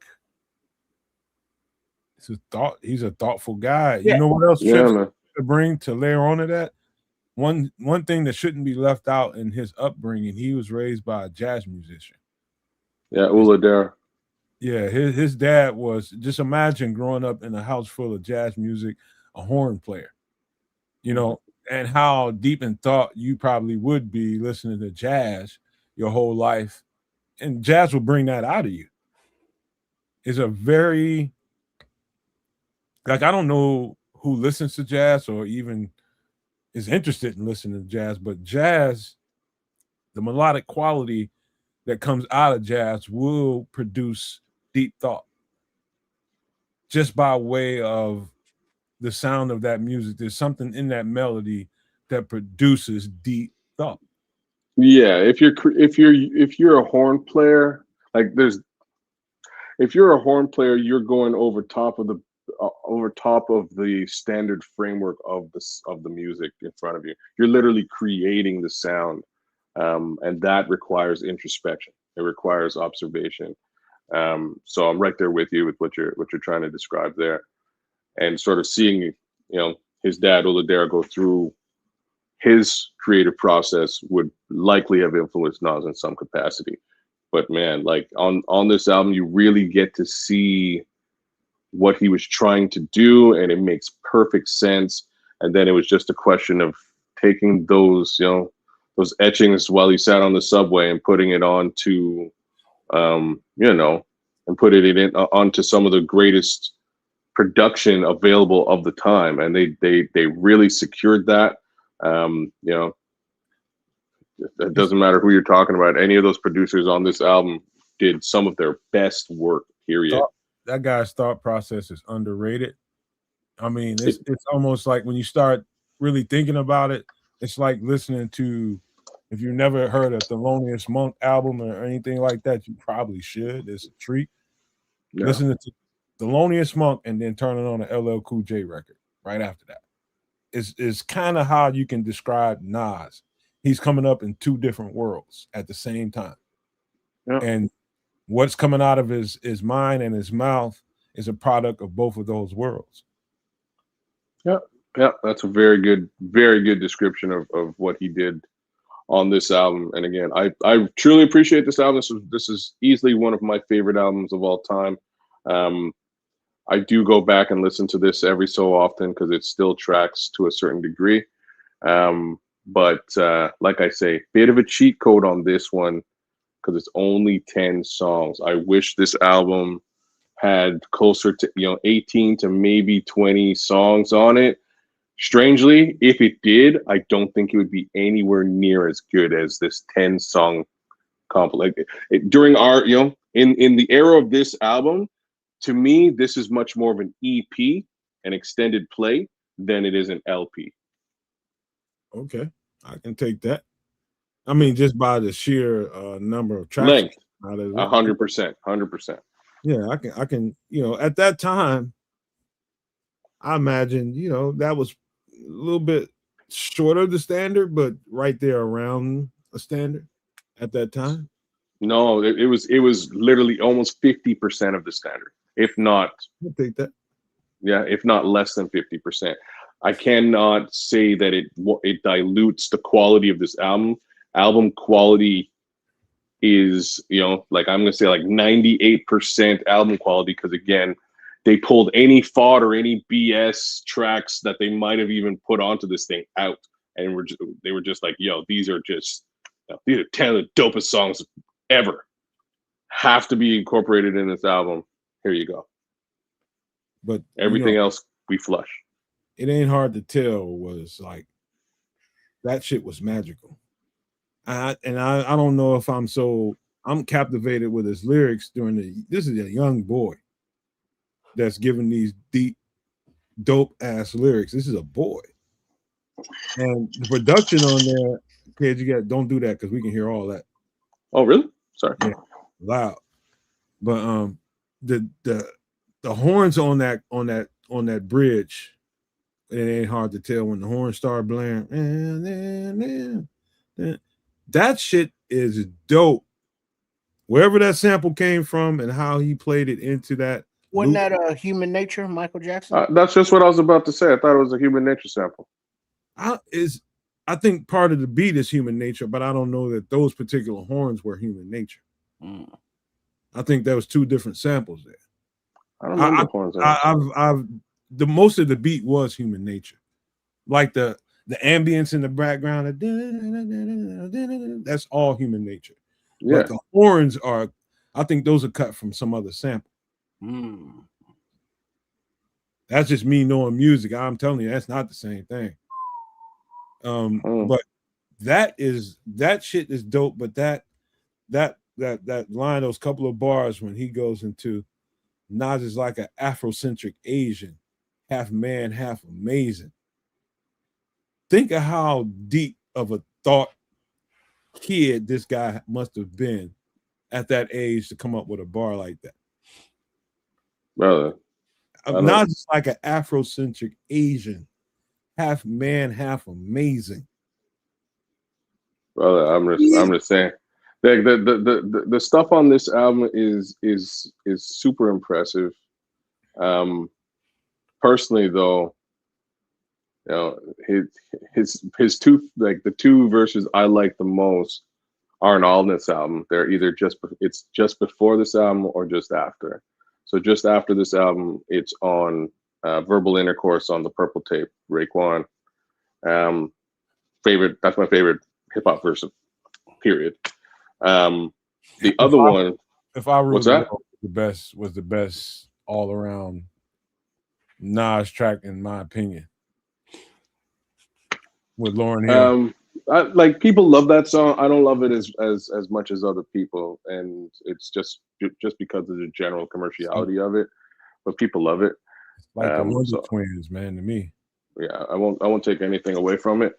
But I actually really like his first verse. So in the chat, King Booker was talking about MC Search and how Search helped get him put on. Search is a bit of a dick for coming out and saying it like that. Yeah, he kind of helped Nas get he helped Nas get a deal as basically as a like low wallet share A&R to become an A&R. All right. That also incorporated putting him on a track on the MC Search album at the height of Nas being hyped up. And Nas was being hyped up because of the verse I'm talking about, which is the verse off of Live at the Barbecue on the Main Source album, which is mainly produced by two Canadians. I'll put that out there, and Extra P, Large Professor. But his verse in Live at the Barbecue is crazy. And it's just a 16-year-old Nas who cares about absolutely nothing but writing the dopest track of the time. And he might have. Like his verse is like, I'm not even gonna repeat the stuff he says in this verse because it's not really what you find from Nas ever again. It's just, you know, Nas filled with testosterone, you know, friggin', you know, just being wild with it, right? Just open-ended and wild. And it is a crazy verse, man. For those of you who haven't heard it, Live at the Barbecue, Main Source. First verse from Nasty. Sleep good. Hey, sleep good, Crimson. Sleep good. Right on, Crimson. Yes, sir. But yeah, we got go ahead, Trey. Yeah, I was about to say I'm trying to remember that verse, and I'm sure I can, but you know, thanks to Howard in the chat, now all I can think of is the 5 Heartbeats because they brought up old Eddie Kane Jr. Yeah. And it's like I can't think of any other song, but nights like this, I wish that raindrops would fall. We're gonna do one more, and trust me, y'all, I got like 3 more to do, but we need to get up out of here. If y'all want to, we can do it, but we can stop here. Yeah, we can do one. We can do one. One more is good. I'm gonna try to get a good one. All right, this is gonna be a good one, I guess, for the out of town guy. Raindrops would fall. Okay, I can do this. There you go. Business is unfinished business. EPMD. One of my favorite records ever. All their records are one of my favorite records ever. So I'm one of those people who had every single EPMD album like as a collection. And shout out to my boy CJ for that, because he had most of it and just prompted me to go get the rest of it. This album is which album? This album is number 2 or 3. Second one. Now this is a unfinished business album by EPMD 1989. Yeah. So what you're saying? There Total Chaos. Get the Bozak. No Mass Confusion. Sorry, keep going. Jane 2. Please listen to my demo. Haircut like Anita Baker.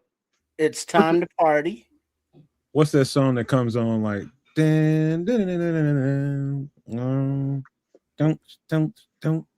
That's the next album. That's Manslaughter.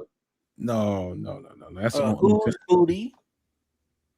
The Big Payback. Strictly Snapping Necks. Knick Knack Patty Whack. Give a Dog a Bone. Ayo. You had too much to drink, and if it wasn't, you overdid it, Holmes. We're gonna get some big. Hey, Howard, keep tuning in, man. Howard, we're gonna get some big. We could have got to it tonight, but we ain't gonna be able to get to it tonight. Rough. Yeah, this is one of the, it's not like it should not be in people's top 10 albums of all time or anything like that.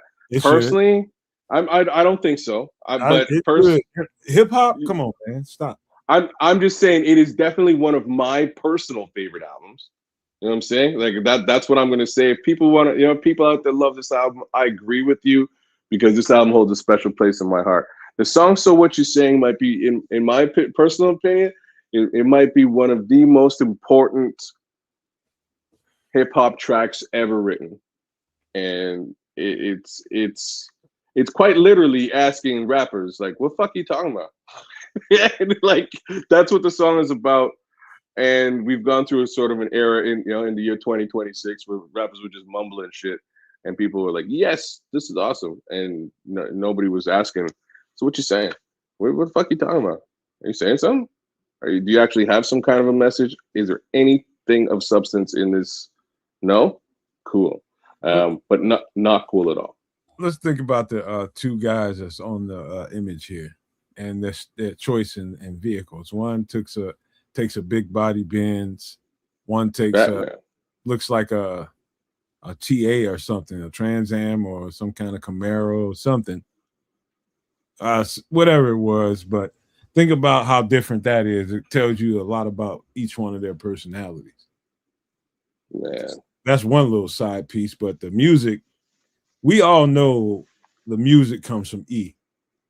Whoa. Well, whoa, my ass, we know that. That's not at this present time. That wasn't true. They split on. See, stop. No, they both did. Give me. Are you trying to tell me that PM one goddamn record that Paris is responsible about that became a hit? You're saying that Paris Smith did none of the production on this album? Look, everybody, just look at the interviews, man. Just look at the interviews, and you will know everything you need to know. Paris was the guy that was running business. E was the one in the studio doing the records. He ain't got nothing really to do. He might have brought a sample to E. E went and tore it up. But yeah, he's not a producer. Okay. I'll take your word for that.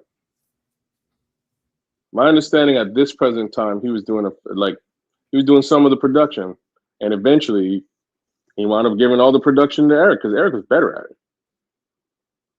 The songs that Eric did produce were actually the more, the things that people would consider hits, right? That came off of this album. You know how I figured it out, kids? It's when they broke up. When they split up into the Def Squad and the Hit Squad. And all the hit songs that the Hit Squad had, meaning DOS Effects, all those were Eric Sermon produced records.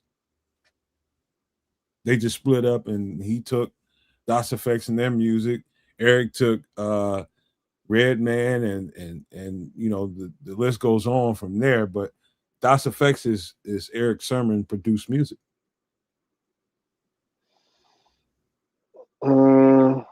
I think you're wrong. I'm telling you, I'm not. I don't care who got credit for it. They told the truth on that together, sitting together in an interview. Maybe you're right. So I'm just trying to hold on a second. So Hit Squad became DOS Effects PMD. DOS Effects PMD. What's his name? Magnum Opus. I'm blanking out on the name of the rapper right now. Yeah, I know what you're talking about. And maybe Top Quality was the name of the rapper. And then maybe then also the two white dudes that never dropped an album. Exactly. So the other side of this is Keith Murray, Redman, K Solo, Eric Sermon, K Solo, who just sort of came. All had hits.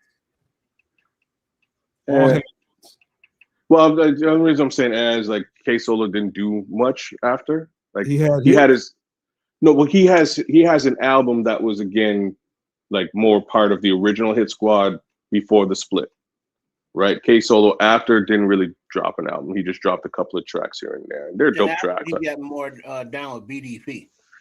Yeah, exactly.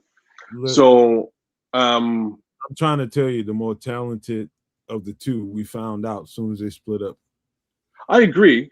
I completely agree that we found out that not only did we find out that Eric Sermon was more talented, we found out that he was a very talented producer. We also found out another piece to the puzzle here, which is a major piece.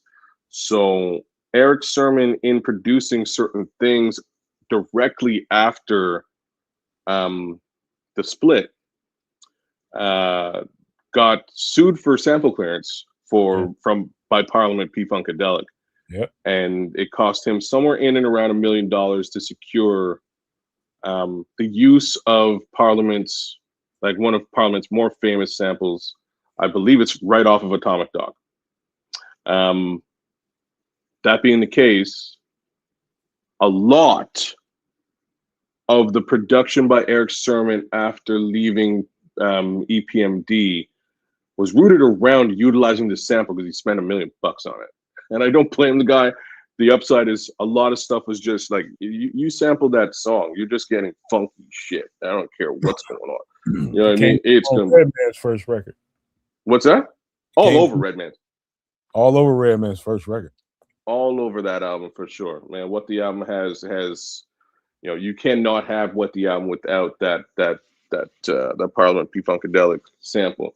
But he continued to use it on most of the other stuff that he dropped. Watch Your Nuggets, which is off of another track, another album. His stuff on Who's the Man soundtrack was again also heavily rooted in that sample. He really worked that sample to death, and it helped him, man. It helps really solidify him as a production mind, and not just the Green-Eyed Bandit second rapper in EPMD.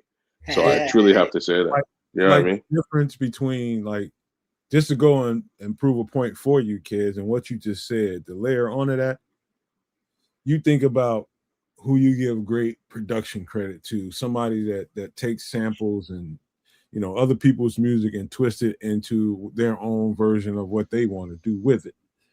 That takes a certain amount of talent, I guess. Mm-hmm.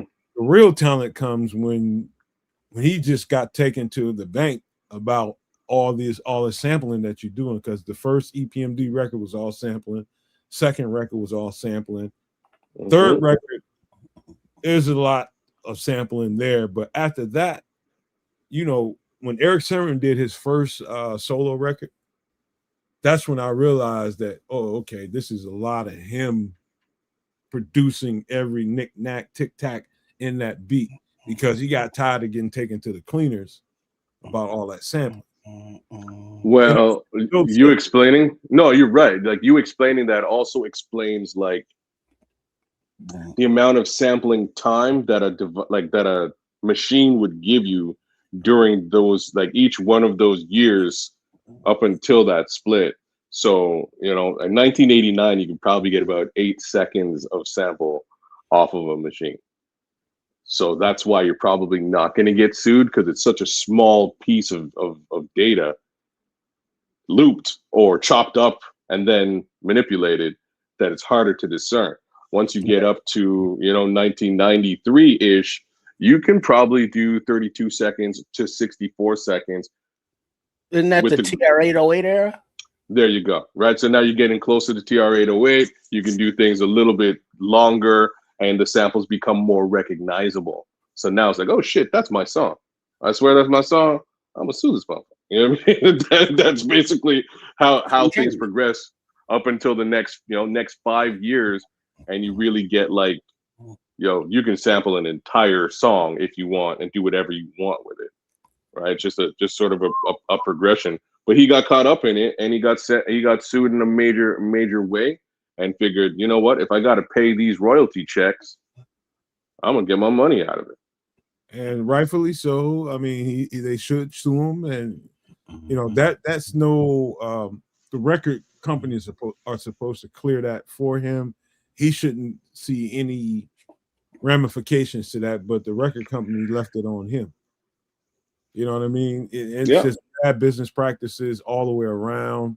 If you're going to use somebody's stuff, as soon as you hear the record and find out that it's a sample from this artist and that artist, I just always hated the way that has been going about in the music business, that there's so many people that have had their shit just abused and not received compensation for it, and the structure of the music game just blocks out all these artists that make all this original great music. It sickens me. You know, as much as I love EPMD, you know, whoever that record company is, Sleeping Bag Music, you know, they should have been taking that, you know, right to the chin. Of course. It ended up being Eric Sermon.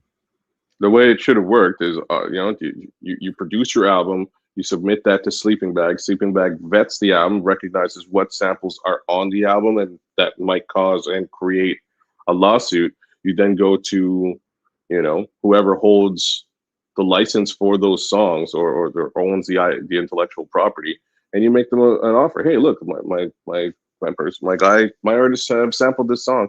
What would you like for it? And you go right up front. You spend the money, you secure the license, and then you release the album. This comes out of the overall take that the album makes, and Eric Sermon is off to the races doing his thing. It's not like a personal lawsuit for $1 million that he has to pay out. Mind you, people are greedy. Hey, kid, you know, probably the most used sample in the history of hip hop music. It's probably a song called "Think" by Lynn Collins. You better think. Don't think. Yeah, probably far and away, and you probably got some funkadelic stuff in there. I was just gonna say, I think Atomic Dog is a close second. It's probably right up in there. Maybe some Roger Troutman stuff in there. But I guarantee you, just to show you the nastiness and the filth of the music industry, I guarantee you she really sees none of those residuals if she's still alive. A, she's not alive. B, if it goes to her family, it's been renegotiated at for pennies on the dollar, and somebody is sitting somewhere raking in all the dough every time that thing is actually played. Mm-hmm. So that's crazy, man. Master. Yeah. That's the very first record, and pretty much the only one to say. I say two that I've ever been tempted to sample. I still haven't sampled. Really? stuff. Nah, I don't mess around, man. I was just like, I wouldn't even, because it's so recognizable under normal pretenses. It's personal to me. It's personal to me. It's not about what I want. It's about, okay, if I use it, who's going to get the money for it? In other words, so if I use it, who's going to benefit? I ain't giving you money. No, I know I can tear that fucking sample up, but it's going to pay somebody else outside of the people that deserve to be paid. That's it. Tricky industry with respect to all of that. But back to the album itself, I think like Please Listen to, they just did an updated video for Please Listen to My Demo very recently, so by all means go check that out. It's actually kind of cool. Anime video? No, it's not anime. It's just updated. It's Eric and Parrish. Anime version of it out there too. Really? Okay. Maybe I don't think there was any anime in the one I saw, but there's a cool updated one. I just saw it the other day. Love that song as well. Love the sample in that song. It's one of the most classic hip hop samples. But again, this album from front to back is in my opinion a hip hop classic. I used to bang this album out all the time. And it goes right down the line with the rest of their albums. I'm a huge EPMD fan. To this day, truly am. Love Eric Sermon and all his stuff, and at the same time, Parrish Smith. Not to take anything away from Parrish, man. Batman gets mad respect to me. PMD gets mad respect from me because the slow flow, man, is underrated, is all I really have to say about it. He's saying exactly what he needs to say without any level of additional haste, and he's putting it down the right way, man, every time. And then something else about this album cover that you wouldn't realize unless you were there, but it's like the Jordans, the Chevy IROC Z, Camaro. Back in the day, the fisherman hats, and the fisherman's hats, that was their thing. Identity. That was the flavor. That was the drip. That's what it was. Is he wearing a Bat utility belt on this cover? Where's P? Oh, you can't see it. You can't see it because he's wearing the baggy gear. The Zumbas. The bodybuilding pants and like the baggy stuff. Yeah. The 4-finger rings. This is a timepiece just looking at this cover, but at the same time, like he used to rock a Bat utility belt and it was like his thing. He used to call himself Batman. Yeah. I got so much more respect for Eric Sermon when I start thinking about the simple things. Before he even ever donned a microphone, when he was just in the studio making beats and doing the kind of things that's getting him attention. Whatever he was doing, it takes a whole lot of nerve in the height of when hip hop is kind of starting to generate some momentum. He gets on the mic with a lisp. And you know what? I know a lot of rappers. I know a lot of rappers who rap with a lisp. More dope, kids. It made his delivery sound even more dope. I fully agree. I know a lot of rappers who rap with a lisp, and it initially. Now, but I bet you never heard of one before this. Well, not before Eric. There's Marky. There's one, right? There's strangely a lot of them, and they want to. Cool G Rap.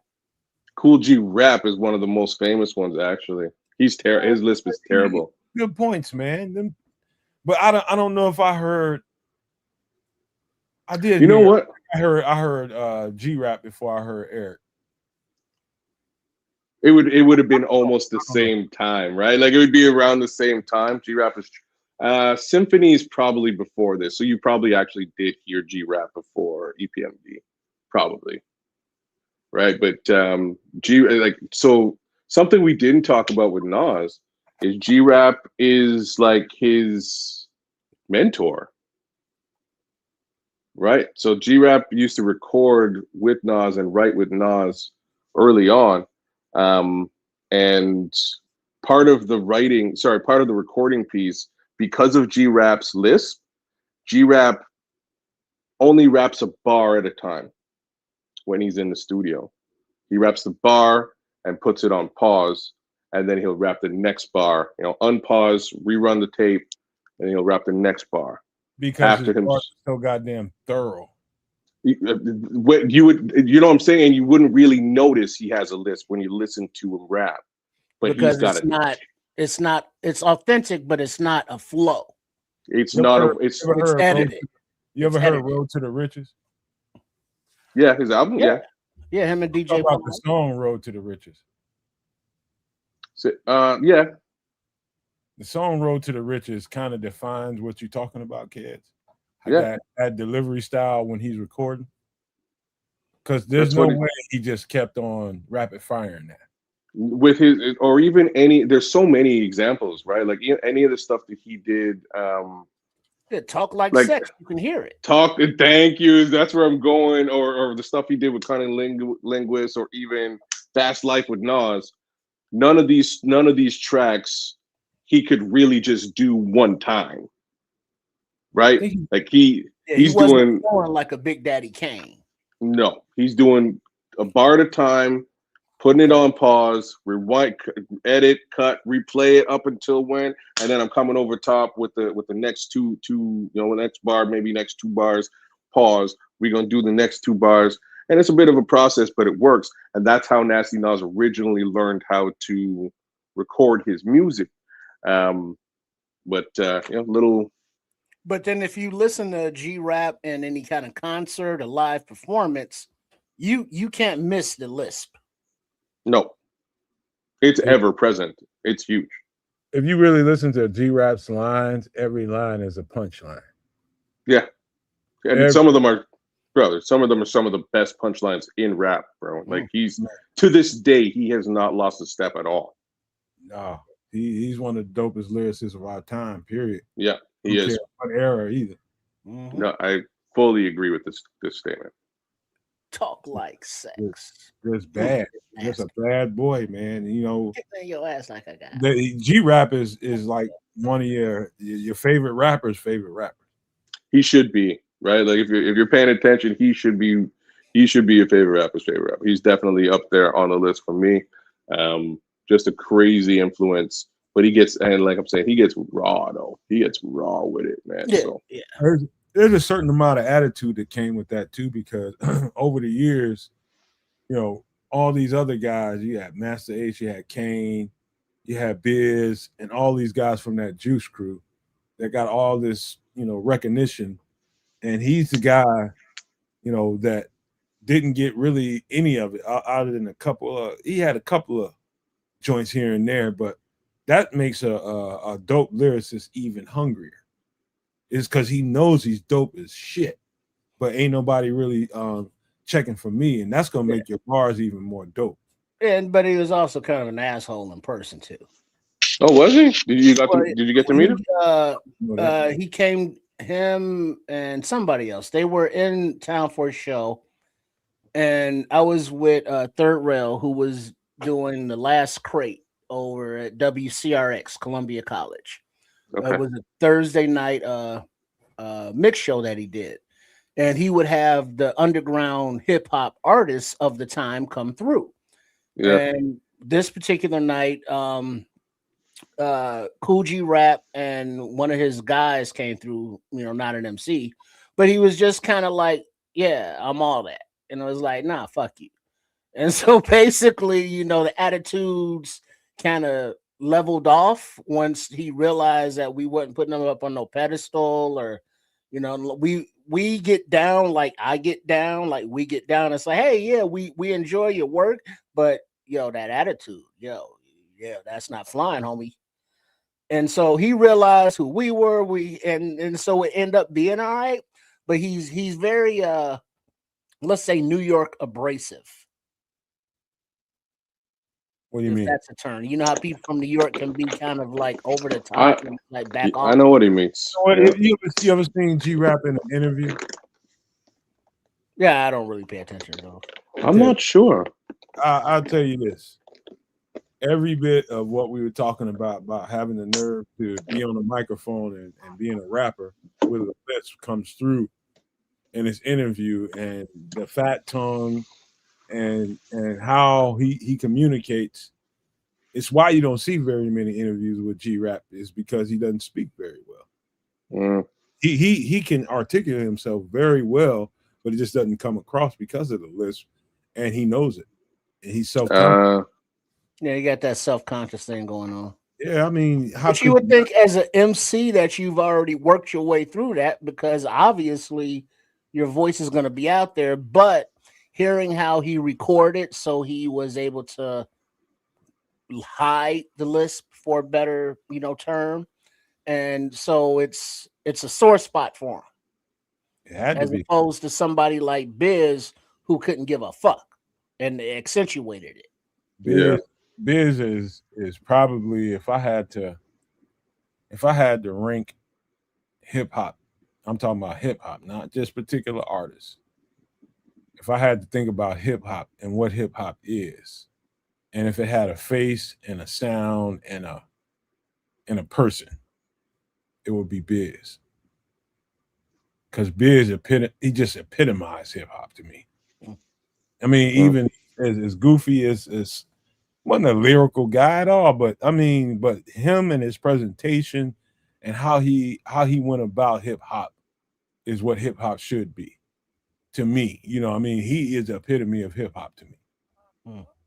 Biz Markie, that face, his image, the big dookie ropes, the loud chains, the big hats, and that is hip hop to me.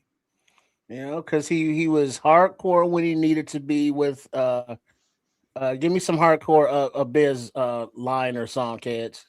I don't know any hardcore Biz lines, man. Okay, I gotta be vulnerable. For real about that. Biz is dope, man. He's got some. He's not. I don't mean hardcore like gangster. I mean hardcore like he's from the hood. He knows how the streets are, but he's kind of like, hey, it's whatever because we going to the mall, and he's partying, man. It's not hardcore, but it's Albee Square Mall. He's kind of in love, but he's vulnerable because she's only just a friend. He's serious, but he's self-deprecating. I got very self-deprecating. Yeah. I gotta doo up. I gotta doo. You know what I'm saying? It's not. It's not hardcore. Side, he had his vulnerable side. He had his fun side. He had his self-deprecating side, and that was all hip hop. That's an embodiment of what it is. It's not just one motif or one thing, but Biz had all of those kind of things in one embodiment of an MC, and he was just fun. And that's he was fun. He was having fun. Here's a couple of bars for you that explain who Biz is, and I'm talking about his delivery was so unique and how he presented. It's a line. I think it's Go Bismarck. It goes, ha, ha, ha, ha, ha. Check out this bizarre rapper style used by me, the BIZMARKL with the EN. You will be agreeing. Just spelling came from Biz in a rap. That's where, K-Solo. All his shit was shit. He was original. Yeah, absolutely. At the time, for sure. Nobody else had done it like nobody else really did it like Biz did it. That's why he said it. He started off the line with ha ha ha ha ha. Check out this bizarre rapping style used by me, the BIZMARKL with the EN. It's just the dopest shit ever to me. Just that right there is the dopest shit ever. I'm like, you bad. And the beat hitting at the same time. Yeah. Go off. Right. That was a nice album, nice conversation right there. PMD, Unfinished Business, leading into a little G-Rap, leading into some more Biz. You know what I'm saying? Hip hop. That's what it's all about. Real hip hop, man. When hip hop was just absolutely, it was let's just say innocent.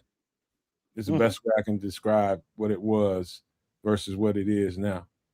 The innocence, it was just all bars, beats, and little competition came in there when competition came with MC Shan and KRS-One and the bridge is over, all that kind of stuff. But it was honest to goodness, battling on a microphone. That's it. Right on. And shout out Howard, who's been hanging out, Howard Hall, loving the hip hop conversation. And once again, nights like this, I wish that Raindrops Will Fall bumped out of my head for MC8 Gia. The Minister Society from that soundtrack, growing up in the hood. Hey, give me my joint, fool. One of the next few breakdowns we do about records, just giving y'all a heads up and chat, stay alert, and give me some comments. Give us some comments in all 3 shows. We're gonna break down the dopest soundtrack you've ever heard. Minister Society, Spawn. Ooh. Yeah, it might be a little tense there, man, because I got some ideas, man.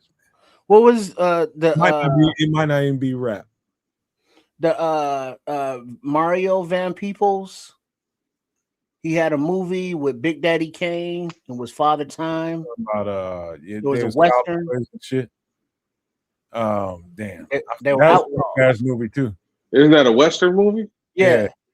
I know what you're talking about. But that soundtrack was pretty dope. It was actually a good soundtrack, bro. You're right. I'm sorry. I don't. I tell you a dope ass soundtrack that ain't got nothing to do with hip hop, but just dope from beginning to end. It's fucking Love Jones. Blow, not Blow. Check that. Not Blow. The other one where they were undercover cops. All right, let's not litigate the soundtrack. I mean, let's do this. Now I got to look it up. We're gonna have to do this on another show, y'all. We got to get up out of here because that can turn into another 2-hour long conversation, guaranteed. Because there's so many dope soundtracks out there.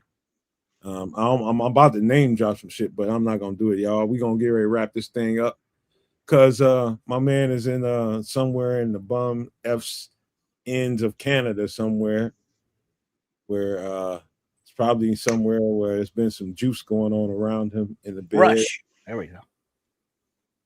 Rush. 1991. Dope soundtrack. Check it out. Okay. Jason's Lyric. That's a dope. Jason's Lyric is a good soundtrack. So is man. Shit. What's the one with Tupac? With Janet Jackson? No, that's Jason's Lyric. Who's the Man? No, not Who's the Man. It's a hip hop record. The Show. The Show is a dope soundtrack. The Show's a good soundtrack too. That's not dope soundtrack. There's one with Tupac and Domino primarily on it. I'm telling you, that's The Show, probably. Maybe. I'll guarantee it's The Show. I'll figure it out. But there's a couple. There's a few. But to be honest with you, like my dopest soundtracks for me probably might not have any rap on it at all. Yeah. Can't save it, man. Judgment Night. What are we gonna do? We're gonna do a whole other show. All right, that's a good one too, Trip. That's a good one too, man. Shut up, Trip. Stop. Oh my God. All right. We're gonna stop doing this. We're gonna call this a night. Canadian needs to sleep and get up early in the morning and sell stuff. So, big ups to all y'all in the chat, man. Big ups to Howard, man. Good to have you in. I'm glad that you enjoyed the show. Big shout outs to my boy the Scrolls for keeping us laughing as per normal. Shout outs to Shorty and Foster for coming through from BCP, AC Adam, Leo Factor, Corny Squalls #2, No Maniac. Big ups to you, man. Thanks for coming through. Shout outs to Crimson as well for being here through the better part of the show. FFG, man, I saw you out there, man. Shout outs to you as well. Good to have you as per normal. I think that's about the bulk of the list that I'll go through tonight. But next week I'll be back at it, back in the Ked Cave doing the regular thing, and we'll get to the regular fare. Same token, I'll be back on Sunday at home, and we'll get into into Bears, and maybe this time we'll talk about the fun jazz that is the stadium debacle, which we've been heroically ignoring. Because I'm just gonna produce that show. I'm just gonna let you motherfuckers rag it. You got no interest in that conversation at all, and I'm totally with you. It is a silly, ridiculous conversation to be had, and I guess maybe we'll just get into it real quick and get the heck out of it. Right on. Big up to everybody. We got a little OTA camp going on. You got video game covers, and I think there's an actual full release tomorrow. Settle down, Red Baron. Of something to do with the Madden game or commercial or something. So look forward to that. But yeah, and then back with you Sunday night to discuss what's happened between then and now.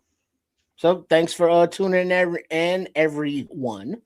But make sure you are subscribed to all 3 channels for all 3 of the creators that are with y'all Sunday and Wednesdays at the Nomad Network, Kids of Canuck, and Triple RSCS Sports Chicago Style.